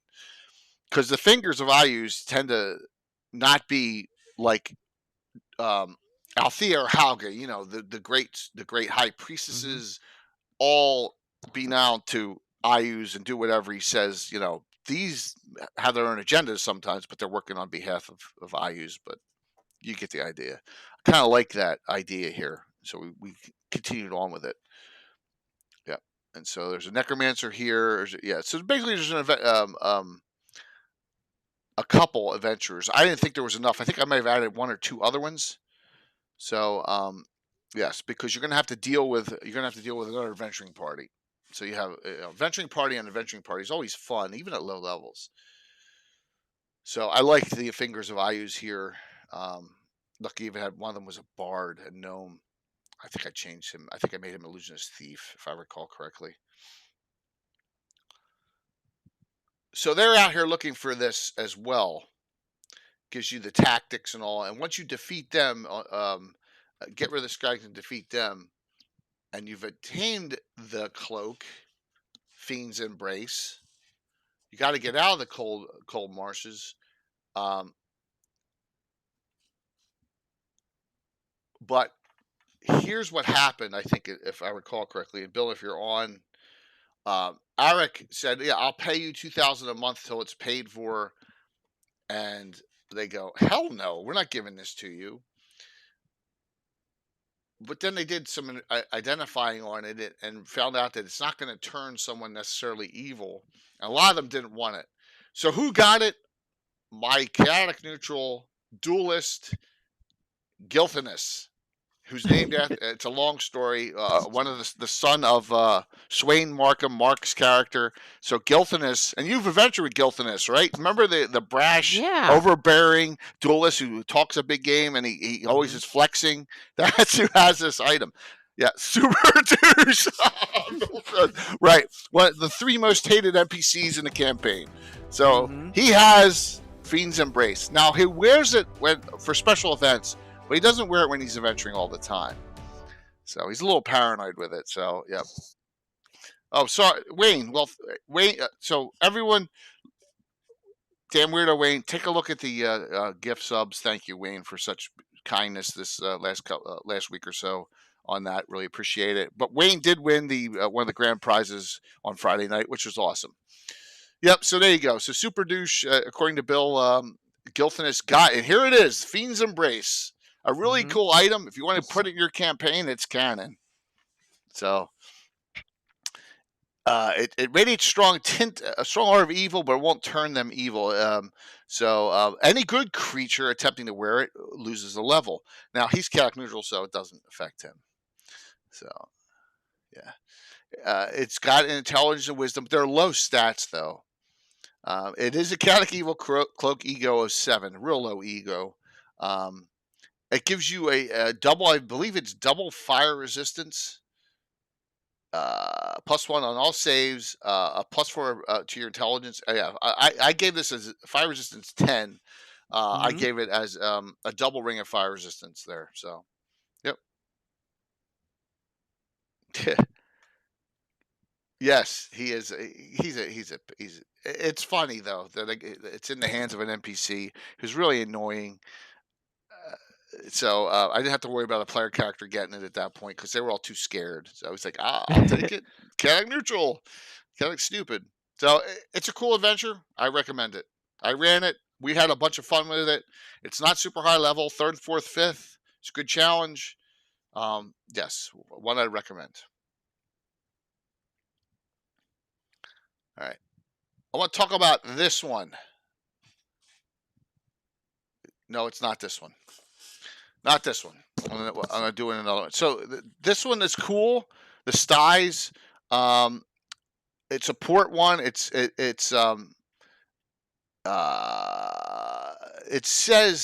the city of Primp within the lands of Alicia is an excellent choice. And Forgotten Realms, Marsember, and then Nebron can exist in numerous coastal cities like Reckenmark. It's not placed specifically.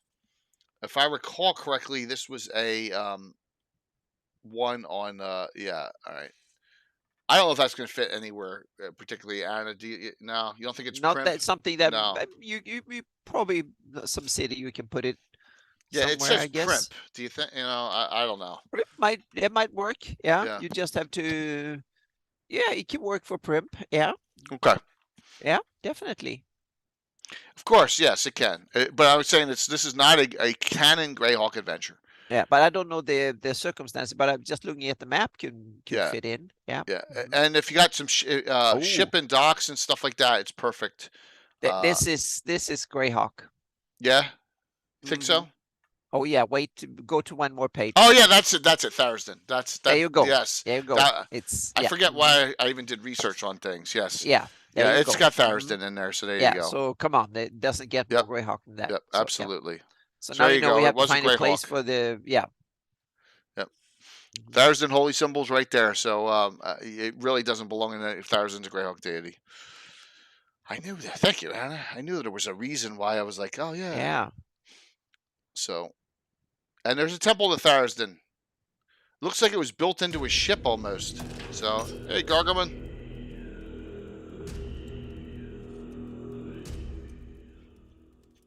Hope you're doing well too. Thank you both. We have Gargamon and Guild Superior both have raided recently. Thank you both very much. We do have our classic reprint giveaway with at least giving you the Scarlet Brotherhood tonight, right? Which is by Sean Reynolds, who was just on a couple weeks ago and had the Temple of Demogorgon. So, yep. So this is definitely. Why wouldn't they just place it then? I don't get that. That's the yeah. Mm-hmm. That's bizarre. Never know. Bizarre. Yep. Oh, that's pretty disgusting. What is that? Temple of Thurston is located near Father's Lamp at the Sunset of Ben Lighthouse. Oh, it's an aboleth. Okay. Ugh. That's an aboleth. That's pretty disgusting. Mm-hmm. Well, Gary, this is one, like I said, it's not specific to specifically placed in Greyhawk, but it's got it's got. I mean, I don't know how you'd place it somewhere else. Thurston's not an Eberron deity, right, or a Forgotten Realms deity. It doesn't make sense. So here's your aboleth there, who's probably and we have running. some even worse stuff in here. Yeah. Mm-hmm. Skuggoth, the Whisperer, Sorcerer, Savant Aboleth Cleric. Ugh. And it's got a squid familiar, which is nasty too. So, yep. Wow. Chapter 4, Thurston's Progeny. Yeah. Wait until you get to the next page. Oh my gosh. Look at that. Mm-hmm. So it's almost like a Kraken almost. I was just going to say, yeah. Mm-hmm. Yes. Hey, Will, what's going on?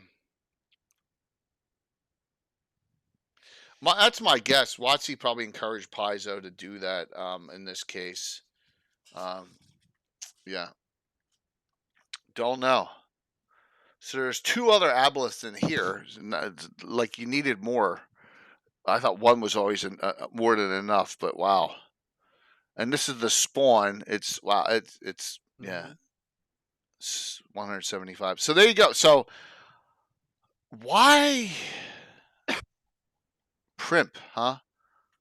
Is it set in primp? That's what it's recommended to. Okay. Let me go back to the beginning. So the styes. Then there's one coming up from Mike Merles that I would recommend to place in Greyhawk. So, but let's see here what it says. It says this adventure takes place in the size, a district in a large port city in your campaign world. Ideally, this port city is part of a nation that's fallen on hard times. So it says Primp in the Lands of Alyssa is an excellent choice. Okay, well then that's it. Yeah. Mm-hmm. Let's take a look. Yep. Primp. It can work with primp. Yeah. South Province there on the coast. Yeah, there you go. There's primp. Okay. That could definitely work. There is no map of Primp anywhere, right? Except no, I don't think so. Okay. This is the one. So now we have a map of primp. No, Thurston's the god of pure evil, of ultimate evil in Greyhawk. It's like the dark dead god, supposedly. Chaos, evil. Yeah, Yeah. absolutely. As evil as End it of gets. the world kind of thing. Oh yeah, yeah. So there you go, Primp. Yeah. Well, there. So we have we now have a primp map. We got to remember Mm-hmm. about that. So Yep. technically, I guess this is the primp map. Yeah. Gary, do we have and Rich? Are you on? Do we have primp? Um, do we have primp in the Cannon Fire City thing? Because if not, now you do. This is probably the one you should have Mm-hmm. for it, knowing that this is basically what it's for. It's just a generic. They made it generic. Yep. Okay. And then used Thuriston and said it said primp. Yeah. That seems to be like both having the cookie and eat it. Monberg. Where's Monberg? Munmurg. Oh, Mon. Munmurg. Hang on a second. Munmurg. Munmurg. Sea Princess. Yep. Yeah. Maybe. Yep. It's on the eastern, the cape up there in near the Flotsam Jetsam Islands. Yep. That's Munmurg. Yeah. Hey, McBoy. Hey, it says any place like that. Yeah. I mean, that would make sense because that's not far from Night Below, where's Abylos, right? So, Yeah. Primp might be a little bit too Yep. calm and quiet for that. All right, next one. Skip always gets away with, I'm putting it in Forgotten Realms. All the Skip's dungeons are all Forgotten Realms. So this is Secrets of the Archwood. And this is specifically, it says here, is set in Forgotten Realms, but its limited scope makes it easy to adapt to other campaign worlds. 4 13th level characters. Oh, wow. But then they say, they specifically mention Myth Joranner. So, I don't know. I don't know if that's possible at that point. So, but there's the map for it. I guess, it's not that far out of an area. So I guess you could, but this one is definitely a Forgotten Realms set. As Skip has written this out. Looks like a big tree house. Right?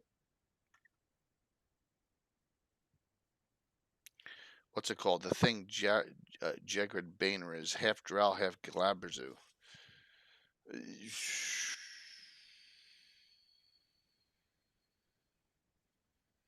I know it's from the Drizzt novels. Oh, are you sick? Are you under the weather, darling? I'm sorry if you are. Uh-oh. Yep. Oh, I'm sorry to hear that. And you played in that game too. That's really. Hopefully, it's just the flu. I can sympathize. Yep. Yeah, Anna's under the weather too. Yep. So yeah, I hope you get well soon and enjoy your holiday. So. Oh, it was just roundtable chat on it. Oh, okay. Well, that's cool. That's cool. So, Secrets of the Archwood. Yeah, there you go. I'm not going to spend a lot of time. That's a Forgotten Realms one. So, the big picture. Oh. Heal up. Yep. The big picture, plotting the campaign, part 1. Think you're wondering. Yes, Anna's computer's sucking energy from her. That's what it is. Yeah. Employers and patrons. Any note of where that shield in the background is from there, Anna? No, but it's so cool. I'm taking a screenshot of it right away to see if I can. Yep. Cool. Sly Tramp. So they give you some ideas on hire people hiring you, which is cool. I mean, it's just great information. Most the insidious financier and gnome, perfect. The sly philanthropist, some good stuff. Unsung heroes.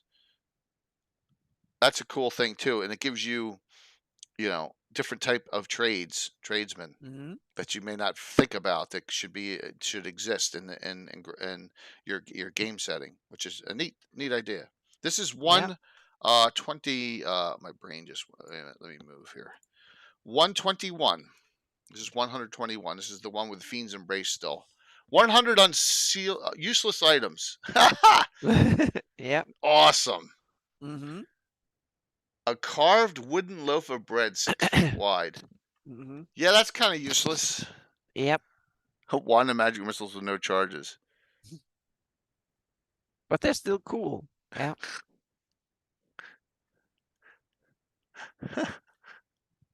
A very poor painting of a sheep. Hmm. No, Dungeon 121. No dragon dungeon. We're in dungeons. Dungeon 121. That is awesome. Well met on the road. Yes, traveling wandering vagabonds, a bridal party. That's funny. Cattle drivers, dead body and escort. These are some good ideas. Hmm. Road construction gang. That's neat. Soldier on leave, noble household, wealthy adolescent guard. Some really cool ideas in this. Is Will Wheaton at the end of this, or Will said, "Oh, there you go." Yeah. Oh, he's talking about Magic the Gathering. Screw you, it's magic. Okay. So he's talking about an experience with Magic the Gathering in this one. There you go. All right. I had fun playing Magic. The end. Zombie Yeah. goat. Alrighty. Now, good news or bad news? Uh-oh.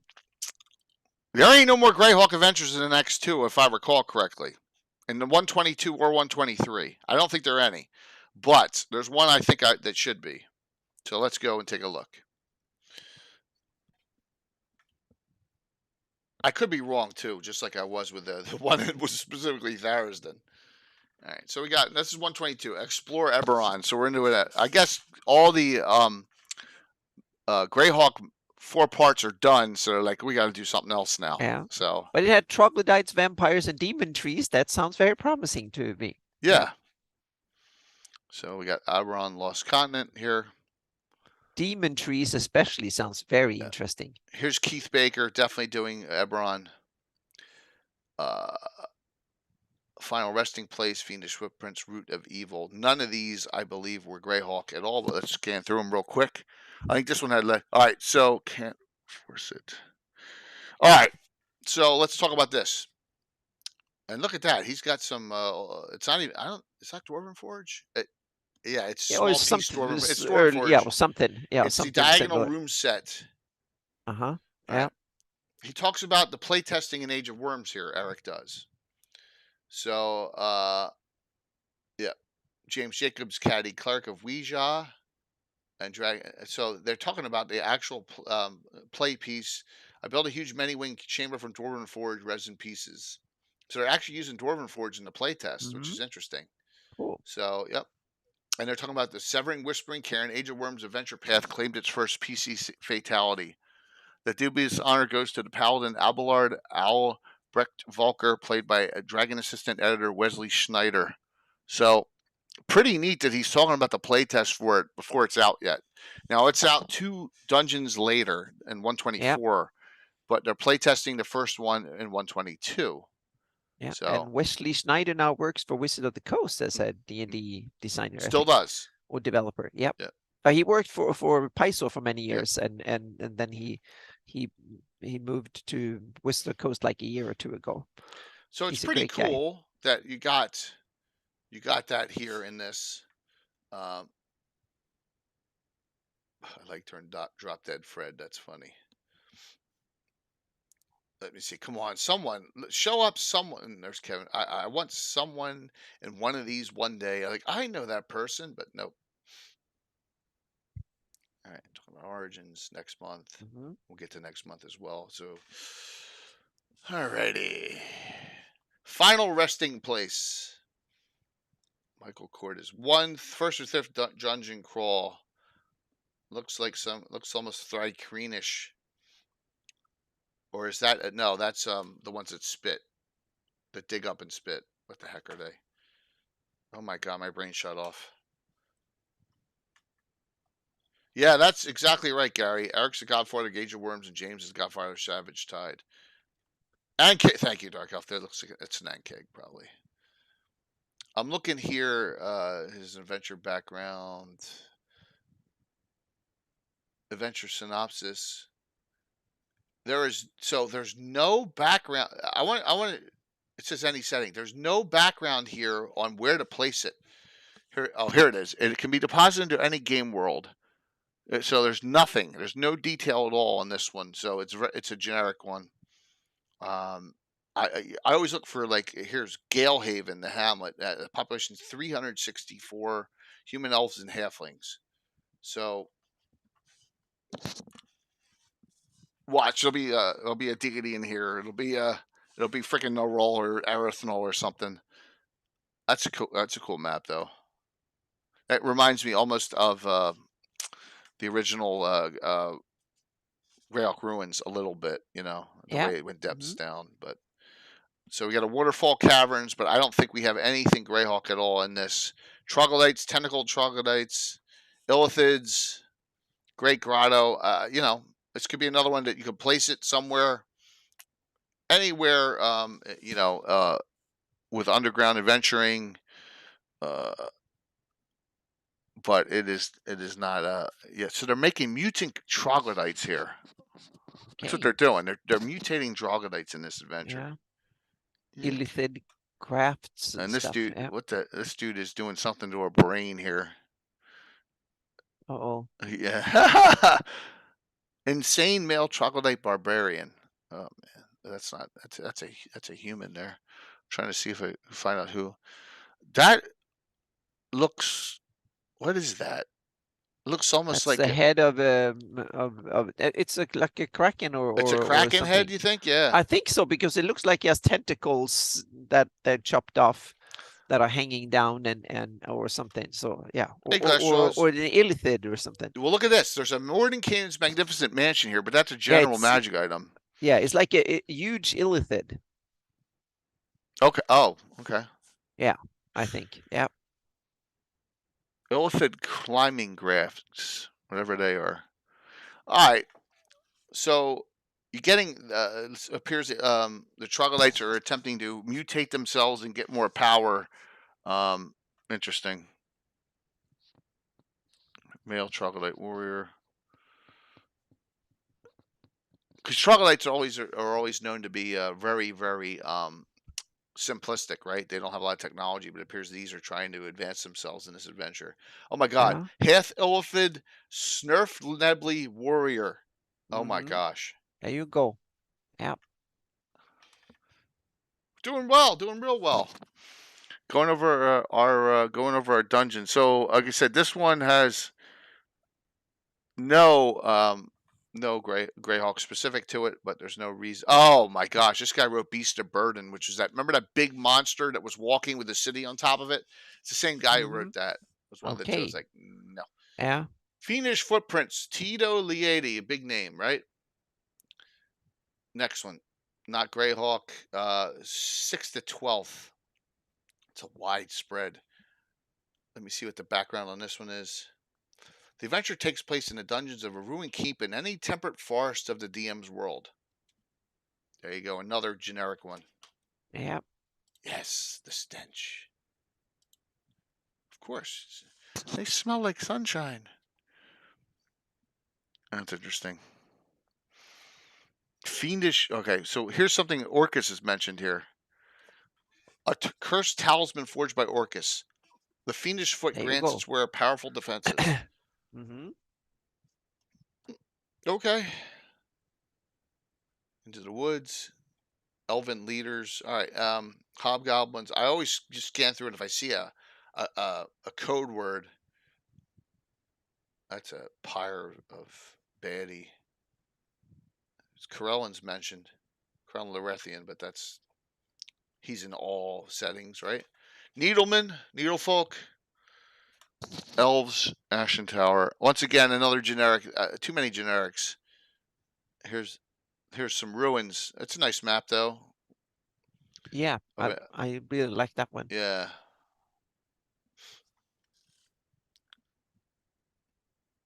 Look, I don't know why it's 6th level. Did they say 6 to 12s on this?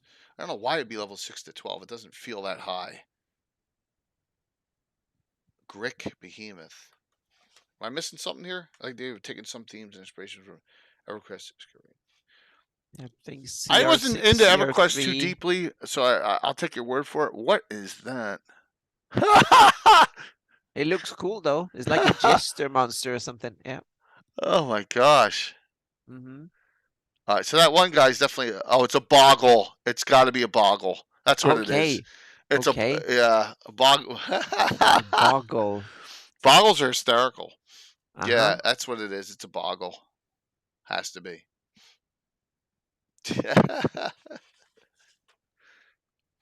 That made my day. Yeah. Berwyn. Dreadguard. Berwyn. Here's the fiendish foot. It doesn't look like a foot there. All right, so another one, generic, an item. But these were created by Orcus, which is kind of neat. So, yeah, scale it out. 4, 6 level. Just I guess 6. All right, so this next one, Root of Evil. Is this the one? Give me 1 sec. There may be 2 Mike Merles coming up.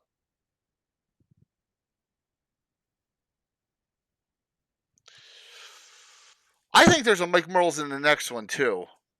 I think he's got in two back to backs. Maybe I'm hallucinating. Yeah, it doesn't seem to mention Greyhawk in the No, this is background not a though. Greyhawk one. Synopsis. Yep. This is not a Greyhawk one. And I don't see any Thuriston stuff or anything like that either. Okay. I knew there wasn't a lot in there. This is super high. This is another. They're going real high level now, 13th to 20th. And let's see here. Oh, so here it does this. It's Ebron. Yeah. Yeah. Is it Keith Ebron? Baker. Yeah, it's Keith Baker. So yeah. No, this is Mike Merles, Root of Evil. Oh, sorry. I'm one ahead of you. Sorry. I'm sorry. Yep. Yeah. So it says here. It says here in Greyhawk, High Folk makes a good initial target. In Forgotten Realms, she might choose to strike at Flan in hopes of forging alliance with Zental Keep. Oh yeah. So it is an evil green hag. That is cool. Yeah, it's not specific. Sorry, I'm ahead. No, that's okay. Ahead of things here. Yep. It must be in the next one. Almost doom scrolling. Yep. Yeah, it's all right. Yeah, it almost has an Age of Worms feel to it there. Worm Chamber. Yeah, it almost feels that way. Nightwalker. Nightwalkers are nasty. There's a Nightwalker in that one. Golem Chamber. A lot of sub chambers in this one. That's a nice picture. Blue. But it's not Seed Chamber. I thought there was another one by Mike. That looks like a dinosaur. Oh, it is. It's a Tyrannosaurus Rex and a Tyrannosaurus animal companion. Nice. There you go. Where's John? Oh, the green hag has. So here's the green hag. She has a T-Rex as. Oh, that could be something. A hag with a T-Rex. Now we're talking. That might be something that even I might like to for them to have something like that. I would call it a forest lizard or something like that, or a carnivorous lizard or something. Yeah, Ring of Storms. This is definitely Eberron. That's so Eberron. I mean, my gosh. Yep. Which is okay. Nothing wrong with it, but it is definitely Eberron. So, all right, skip through to that, and we'll see what else. I'm thinking about it. I haven't done it yet. Yep. Still Eberron. Still Eberron. Yep. Still Eberron. All right. Make it a zombie T-Rex, then we can do it. Twists and turns plotting the campaign part 2. More discussion. Recurring villain. The emotional value of recurring villain. Huge. Huge. So huge, for example, that I made an executive decision Thursday night, right in the middle of the adventure, that I loved my evil Snurf Neblin female and my evil surface gnome, that I made sure they got away. I don't want them killing them on Thursday night. I was like, ooh. So always recurring villains are two annihilations. We're doing well, Wargaming Recon. Good to see you. We are hanging out talking dungeons. This is my fifth and a half stream in 5 days. So, as I did 1.5 on Friday night, and we had a big BattleTech game on Saturday, and this is our last one for the week. Atypical enemies. Arrogant, always arrogant. Yeah. So it gives you some ideas on archetype or thoughts on them. It's neat. A town in the aftermath. Always have the guy with the pot head on, and that was back in the the game Aftermath. You always, that was your big defense. You didn't have a helmet, you got a pot. Mm-hmm. Yeah. I love it, man. I love it. Essential Works. Hey, Zytek, good to see you. Wellman Clifton. I'm just looking through to see if we got anything cool here. Essential Works. So we got books. Oh, they got named books here. That's cool. That's a cool thing. So you got Yeah. you got some books that you can take that are not. It looks like they're non-magical. That's neat. That's a neat idea, as always. Mm-hmm. Hazards of the trail.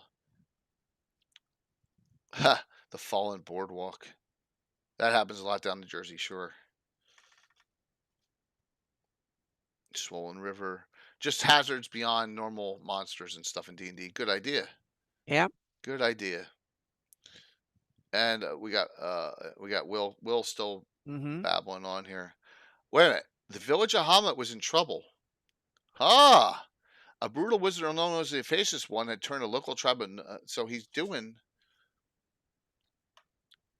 in Hamlet. The mood in the inn of the Welcome Wench Tavern was grim.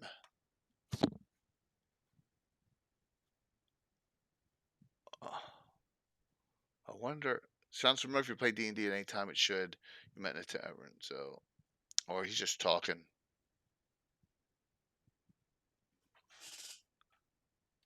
One thing would be a night to remember. All right, so it looks like, yeah, it sounds like LARPing. Well, it sounds like Will played in a Hamlet game and talked about it a little bit. Neat.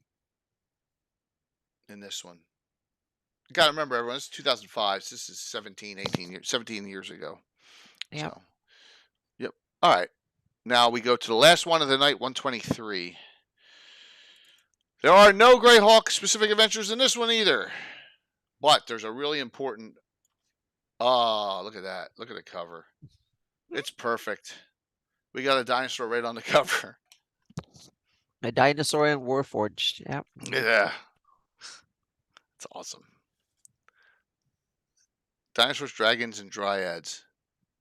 Oh, so Mike Merles is inside. I knew there was two back-to-backs. This next one I like a lot, and I want to talk about it. I think it's a water-based one. Yeah, it's called Salvage yeah, Operation. That's it. Yep. It's a good one. But let's go to this. This is important from Eric. So we go to Following the Path. So this is the final post before Age of Worms comes out. So it says, so I have a crazy idea. I'm going to publish a whole campaign from start to finish. Venture Path. There you go. Right? The birth of it. We can get our favorite professional game designers and our favorite regular contributors to put together the adventures. And he's like, are you kidding? I think it sounds effing brilliant. I want a spot lunchtime playtest. Then he left and he stuck Eric with the Shackled City itself, is what he's saying. And he had to get it all together. So, under my purview and in the hands of James Jacobs. So he starts tinkering with these concepts, and he's telling that even before Shackled City went out, I started tinkering with the ideas that would lead the Dungeon's next fulfilled feature campaign, the Age of Worms Adventure Path. So he's talking about how it came about here, which I think is cool. Starting next issue, which is going to be our next time we do this discussion, we'll take you and your players to an epic quest spanning 12 issues of Dungeon. Think about that, from 1st all the way to 20th. So, and it's going to be all in Greyhawk, everyone. This campaign's early action takes place more than 1,000 miles from the city of Cauldron, but fans of Shackled City will see a few familiar faces in the Age of Worms. So they start using a lot, and they do this a lot in these last couple of years. That they have it. They have it. They use reoccurring characters and NPCs and stuff. So Pesh, Dragotha, Kellic, Red Hand, and more importantly, Kias is going to be in this. And Wolfgang Bauer, Sean Reynolds, Mike Merles, Jesse Decker, Tia Lady, Greg Vaughn, Keith Baker, Eric Boyd will provide Eberron and Forgotten Realms conversion notes. There you go. So pretty neat. And note, the next issue, you're going to get a huge oversized issue complete with a huge map of Diamond Lake, which I have. Yep. You know, the corrupt, the mining town, and there you go. So he talks about all this before it happens here. Now you know that it's coming out in the next issue. That's when next time we have the discussion, we'll really get into the Age of Worms discussion. Probably the most popular of the 3 Paizo adventure paths that were done for Greyhawk before they got booted from WotC from doing it, and Wizards and took it back over. All right, so let's take a look at this one adventure in here specifically. Salvage Operation. This feels very Greyhawk to me. This is the one. Mike Merles. All right, low level. And what I like about this one, I didn't run this, but it would fit in my Harby campaign or anywhere where we have a ship based. The ship appears after being missing for like 10 years. One of those, they find it floating, out there, kind of like, what's the same ship from the Goonies, right? So the Emperor of the Waves is the name of the ship. So, and it gives you some background on it. 4 days ago, the derelict Emperor of the Waves was spotted off the coast. A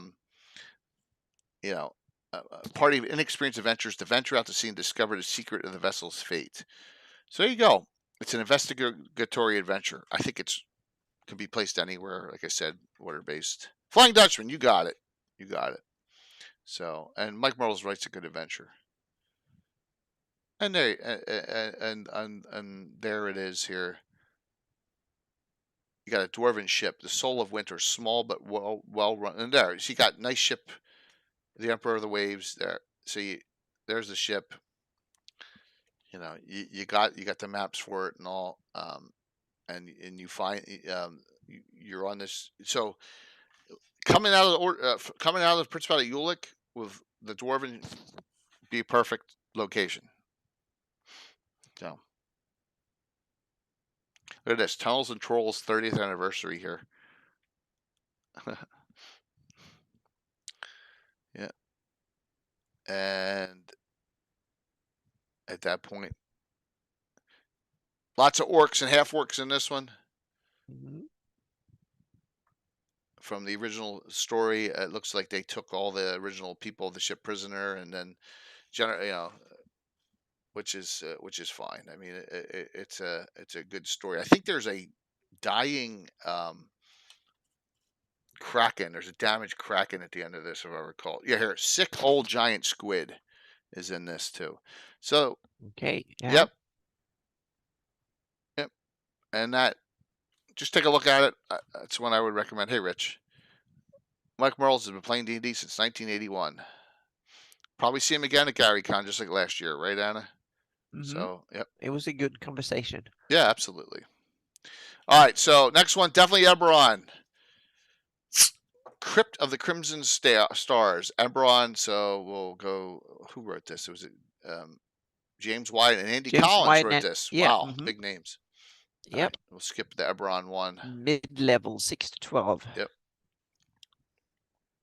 So I want to look at this. You could buy back issues of Dungeon at this point, and you could buy Dungeon number 1. They might for $25, which is weird. Dungeon 13, oh my God, in 2005, crazy.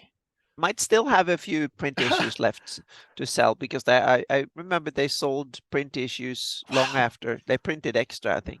Yeah, I was shocked when I saw this. I mean, if I had seen this in 2005, I would have jumped right. I have one, Dungeon 1, but I would have jumped right on. I think I have all the Dungeons, because I subscribed to it from the beginning and all the way to the end. So I think I have all issues. The Amarantha Agenda. Mm-hmm. All right. I love the illustration in the beginning. It looks fabulous. It looks really cool. Let's see where we got placements on this one. So they talk Hanali's Cradle. That's Hanali Selenol. So we know that they're talking deities that are used in Greyhawk at this point, but it says can be set in just about any forested location in the Forgotten Realms, Eberron, but it doesn't say Greyhawk. The Helmwood. Yep. Mm-hmm. There is no Helmwood in Greyhawk, but you can make it somewhere. Sounds like a sus. But it looks like the Dryad has gone transformed into a half fiend Dryad, but also bonded her soul into an abyssal tree known as an Iron Maw. So there you go. Awesome. So yeah. So another one that Eric won if you're watching. So I talked to Eric this week, just verifying the fundraiser date for him. He'll be playing Venarium Forward in the legendary adventure, one of the greatest adventures written of all time. I will be DMing puppets for the fundraiser. Yes. So we got mutant, fiendish shambling mounds, all sorts of nasties in this one that you'd find in a corrupted woods, right? From this female woodling dryad warlock that has been corrupted. So nothing worse than a corrupted dryad, huh? Yep. Oh, and here's Iron Maw that is merged with her. So, and that's like I said, this can go almost anywhere. There's an Elven Tower around it. You could place this. What's the wood with the frozen city in it? Adri. What's with that? With bitterness. Yeah. The Adri. Yeah, it could go in the. You could put this in the Audrey somewhere. You could With put the this. sus. What's that? With the sus. Sus too. Yeah, sure. Yeah. Absolutely.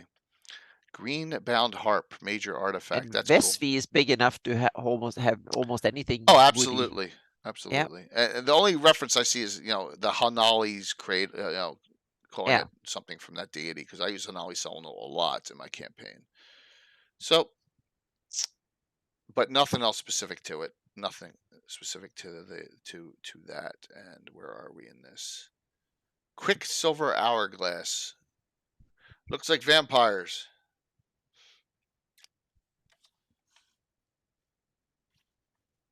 Does it say specifically where this is placed? Wow, that is crazy. I've never seen this before. +7 Holy Vorpal Speed Greatsword. I guess it's just a story. Another, oh my god, this is 21st level and up. Planar Dungeon Crawl. There we go. All right, this is in Greyhawk. Holy schmolies. Now we're into epic territory here. Yeah. Holy. Does it say? Does it have any details on the back on this? Oh my god. 4 30th level characters.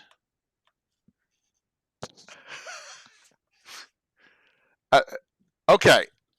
I want you all in the audience. I want you to tell me, raise your hand or say, I have any of you who has a player character that's 30th level in your campaign in Greyhawk. I have 0. Anyone have a 30th level character in their campaign in Greyhawk? I'm just curious. Yeah. Rich does. PC? Not NPC, PC. Okay. No, yeah, not NPC, PC. Well, if you play the Epic in 3rd edition, you can definitely climb up there. Yeah. No problem. That's cool. I never tell anyone how to play the game. I've just never. Wow. Lord Breslin feels like he's 30th level, but yeah, so does Gilthinus in my game, but he's 9th at the highest. You can feel like it. Yeah, I just was curious. Nothing, like I said, nothing wrong with playing in that style. Play however your group loves to play. That's the great thing. The Hearsful, the Shrouded Eclipse, Male Human Lich Sorcerer, 22nd Archmage 5th. So this guy's 27th level. There you go. Holy schmolies. All right, well, I'm not going to go through this one anymore. We, like I said, the highest we've ever gotten to, brought up from first, is 18th level.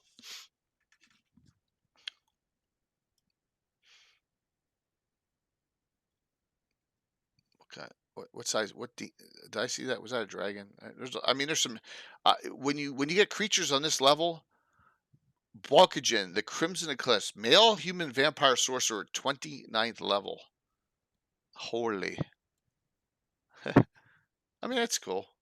Hey, it's good that they're writing stuff and placing stuff on this level. If you have, pretty, there's not, like I said, that is high. Because I always thought maybe it's just Living Greyhawk. Didn't Living Greyhawk, you're not allowed to go over a certain level in Living Greyhawk? What was it, 16th or 18th? I don't think they used Epic in Living Greyhawk. Yeah. I think it was like 12th or 13th or something like I that. think the first year, I think Casey said they made the mistake first, second year, and it would allowed to go up to 16th, and they cut it back. Ah, okay. Yeah. Yeah. Because Pathfinder Organized Play have 12th level, I think it was. Then you had to retire. Yeah. Okay. So let's see what we got at the end of this one. Twists and turns, designing the campaign around the characters, part 3. Smart move. All right, let's see what else we got. Sages and Scholars. Always good. And they give you, I guess, give you some archetypes on those. The Anatomist, Self-Taught Apprentice. That's cool. The Ancient Hermit. Just so much. At the end of these dungeons, of like the last 20 dungeons, there's been some great miscellaneous data for you to utilize. I think it's a really good writing on this. And I think it gets missed a lot because they're not adventures. I just think that they haven't been utilized. 100 market stalls. That's a cool one too. That's a neat one too. Yeah. Yeah. No prices are listed. Assume everything's sold about the same price as equivalent item in Player's Handbook. So, yep. That's cool. Stuff that you can utilize on, it helps you out with quick, so you don't have to make it all up yourself. Yep. I make it simple. They don't get any treasure. Yeah. What's that? I make it simple. They don't get any treasure. You'll get nothing and like it. Law of the Land. What's this on Law of the Land?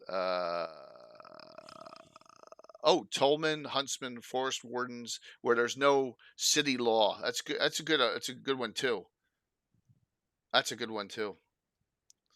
Border Guards, Night Watchmen, Garrison Keeps, some good ideas.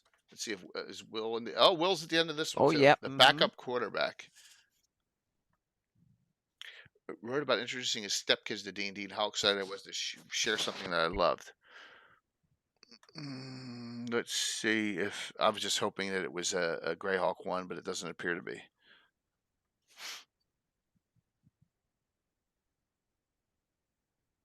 Okay.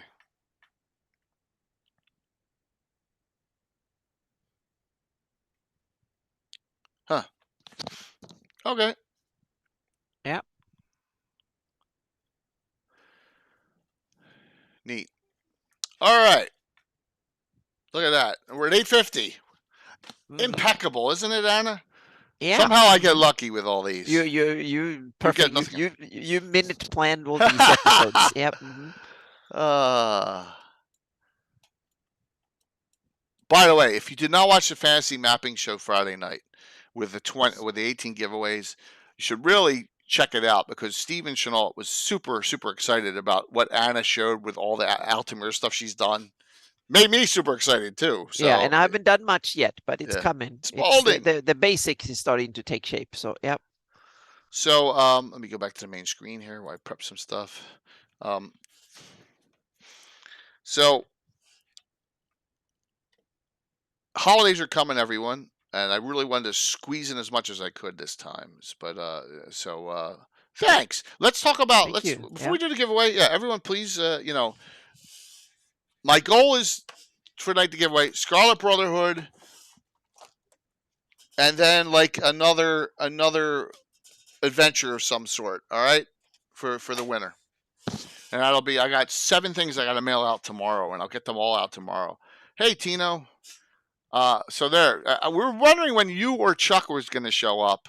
I promise, Tino. I will get punished by the gods, the football gods, if I gloat. Okay, but you know what I'm saying. All right, so I wouldn't do that. Um, Anna, what's going on? What do you got up? I have a Appreciate severe. you coming First, I have to apologize to everybody. I have a severe case of cunt crud. Not going to a cunt, but it feels like cunt crud. So I've been really under the weather for almost a week. So I've been on the shows here and then I sleep a lot and stuff. So I'm behind. But I've done on the Atlas. I've done over 50 of the maps. I'm in the index over 50 of them, and so I'm starting to come to the end of all the.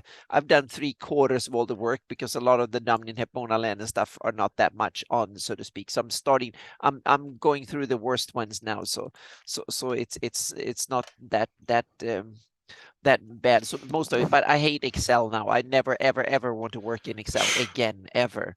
It's yeah, but it's been good Blame you. because I found a lot of little errors and stuff. So it's been really good to go through them, so to speak. So that's the.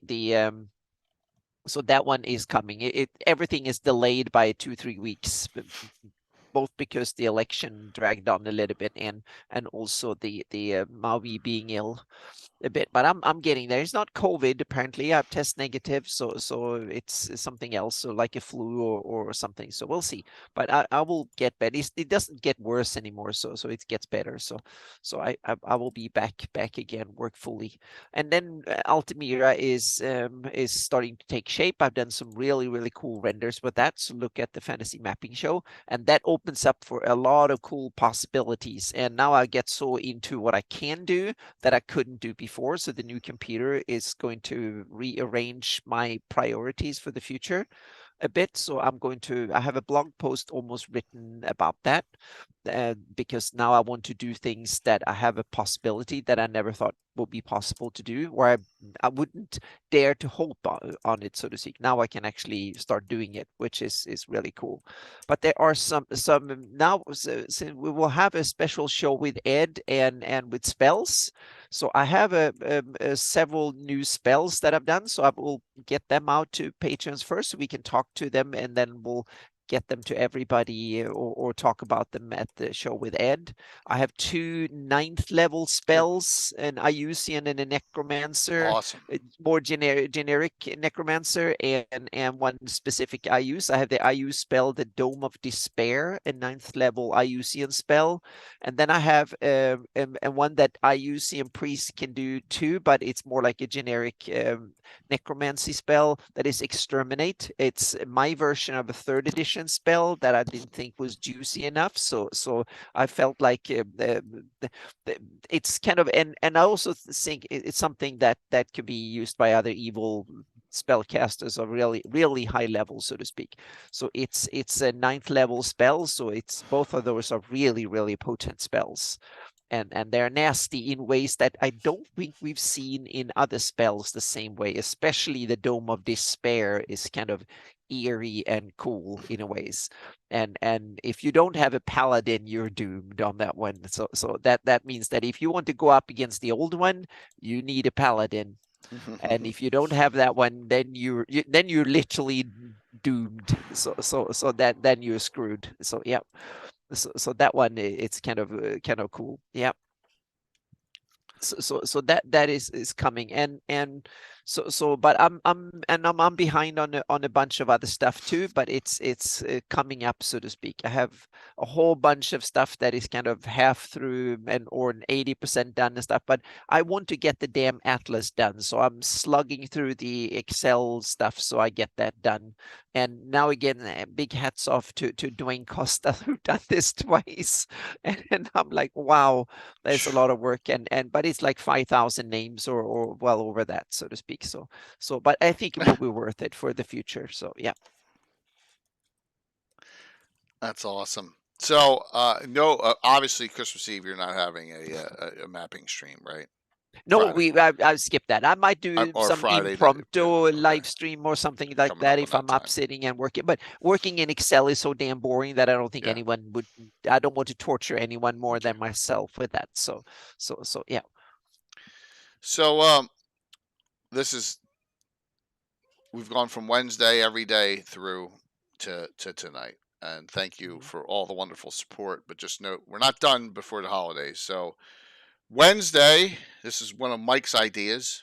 Yep, I love it. Yeah. Greyhawk maps of all kinds Mm-hmm. for Legends of the Lore. Now, do not bombard me, but if there's something, hey Bones, if there's something you think that you would like for us to share or show that Mm-hmm. has done, like, someone did something, we're not going to show Anna's maps or Darlene's, okay? But we're going to make sure some city maps, some area maps. I'll definitely show Adam Yep. Froke's stuff. Some of the other Vincent Metellier's maps. We got some stuff. But if Mm-hmm. you have something, you're like, wow, I'd like you to discuss this. Just I Mm-hmm. asked for it in my Discord, okay, or my Lord Gazumba email, Yep. lordgazumba at And I'm going to dig comcast.net. into stuff that I Okay. collected over the years here and there, and we'll see if we can show, because there's some cool ones that I think have been forgotten over the years that I think No could be phase, cool. yeah. So No Favistus maps will be shown either. No. So yes, Troy, if you want to highlight a couple key ones, man, just send them to me, man. We'll do it. So Mhm. the 80 is a little too many, right? I know you're joking. So, but yeah, no Favistus maps will be shown. We did show them on a city mapping one, but this is maps of all kinds. So maybe there's some neat things, or someone has something that we're not even thinking. We're thinking outside the box. So this There's will some cool ones that were done for Living Greyhawk that I think are cool. worthy to show, because they Yeah. are kind of special ones that are really, Right. really cool. So we'll Yeah. have fun with this and just, Hmm. go through them and talk about them and all. So I can just pop them up on the screen, kind of mindless. That helps. And then I'll have my game Thursday. I don't know what that's going to be yet. I have no idea because I don't know which of my guys are going to be here. I might ask some people, some special community people to join in on it. I just don't know at this point because no one can tell me if they're definitely coming or not. I think I have maybe two people confirmed. That's it. So, Groovy, we're holding off on the underwater maps discussion because Troy's working on a whole publication for it. So Hmm. we're holding off on that. I'd love to show a couple of them. That would be great. All right, that is so Wednesday. This Thursday game night. There will be a game stream. Don't know what it will be yet, but there will be a game. Nothing Friday, nothing Saturday, nothing Sunday. Holiday with the family. Gabbin, the day after, would normally be the year in review. But for a holidays, we'll have a little special, and Ed Greenwood's coming back the day after. It's Boxing Day in Canada. So Hmm. at the end of his Boxing Day festivities, we are having Ed on. Ed's more than happy to do it that night. So we talked a little bit when Ed was on about spells and some customs. We're gonna go in depth into spells, custom spells that Anna's done, custom spells that I've done, and spells that Ed has done. And Ed promises new spells. Okay, some brand new stuff coming from Ed, and that'll be a holiday special event Monday, the 26th. I have not prepped anything beyond that, so that's as far as I'm going to go into the future for now. Is the day a couple of days after Christmas? Wait a minute, day after Christmas. Christmas is Sunday, right? Yeah. So Boxing Day, we'll have Ed Greenwood. So Wednesday, Thursday, Monday, after that coming up. So, all right, let's do the giveaway. See who wins tonight. I feel bad only giving out one tonight with when we've Hmm. done, but that's okay because we did 18 the one night and all. So thank you all. Thanks, Yeah. Thank Katana. you. And look at that, 9 o'clock on the nose. Perfect. Um, Yeah. I You just always time these. yeah. You set these up perfectly. So yeah. All right, here we go. I'm going to close this out and we'll see who wins. Now remember, it's going to be the Scarlet Brotherhood. If you already have this, please tell me, okay, in hard copy. All right, this is a reprint, remember. Um, let me close this out and see who wins.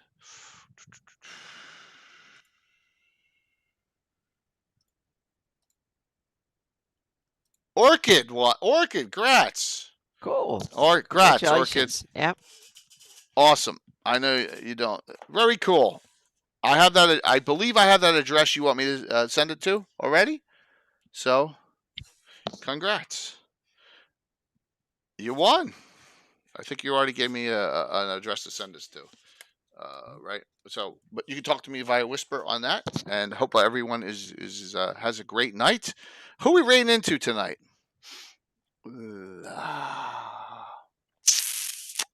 Yield Superior, they're still on? I saw they were on. No, they before. raided into us. Oh, okay. So then, yeah. So they were done. Yep. What's Phoenixy doing? Yeah, is he? Might be early morning for him. Yep, or something. We're raiding Phoenixy. Okay, awesome. Yep, we'll raid the Phoenixy Wacky tonight. Okay. Have a good one. Happy holidays. We'll see you though Wednesday night for a fun discussion. If you have a map that you think you want to share with the community, please just throw it in my Discord or email me at lordgazumba@comcast.net. All together. All right. Have a good one. Thank you. And am I gonna right? Hopefully, I have the right buttons. Right buttons. Right buttons. Right buttons. Right buttons. That one's right. All right. And it needs more rest. Oh yeah, I'm going to just have a bite to eat and then go to bed again. Cool. Yep. And raiding in.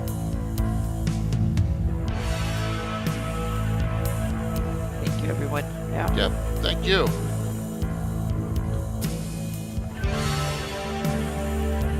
See if we can get like 70 or 80. That'd be awesome. Started out good. Hope you. Yeah. All right, there 75. We go. 78. Awesome. 5, 4, 3, 80. 2, 1. See you Wednesday. Right. Yep. 81. That's good. And the talk shows have really come up in numbers. That's kind of cool. Yeah. They were way below the games before. Now they're not that much behind. So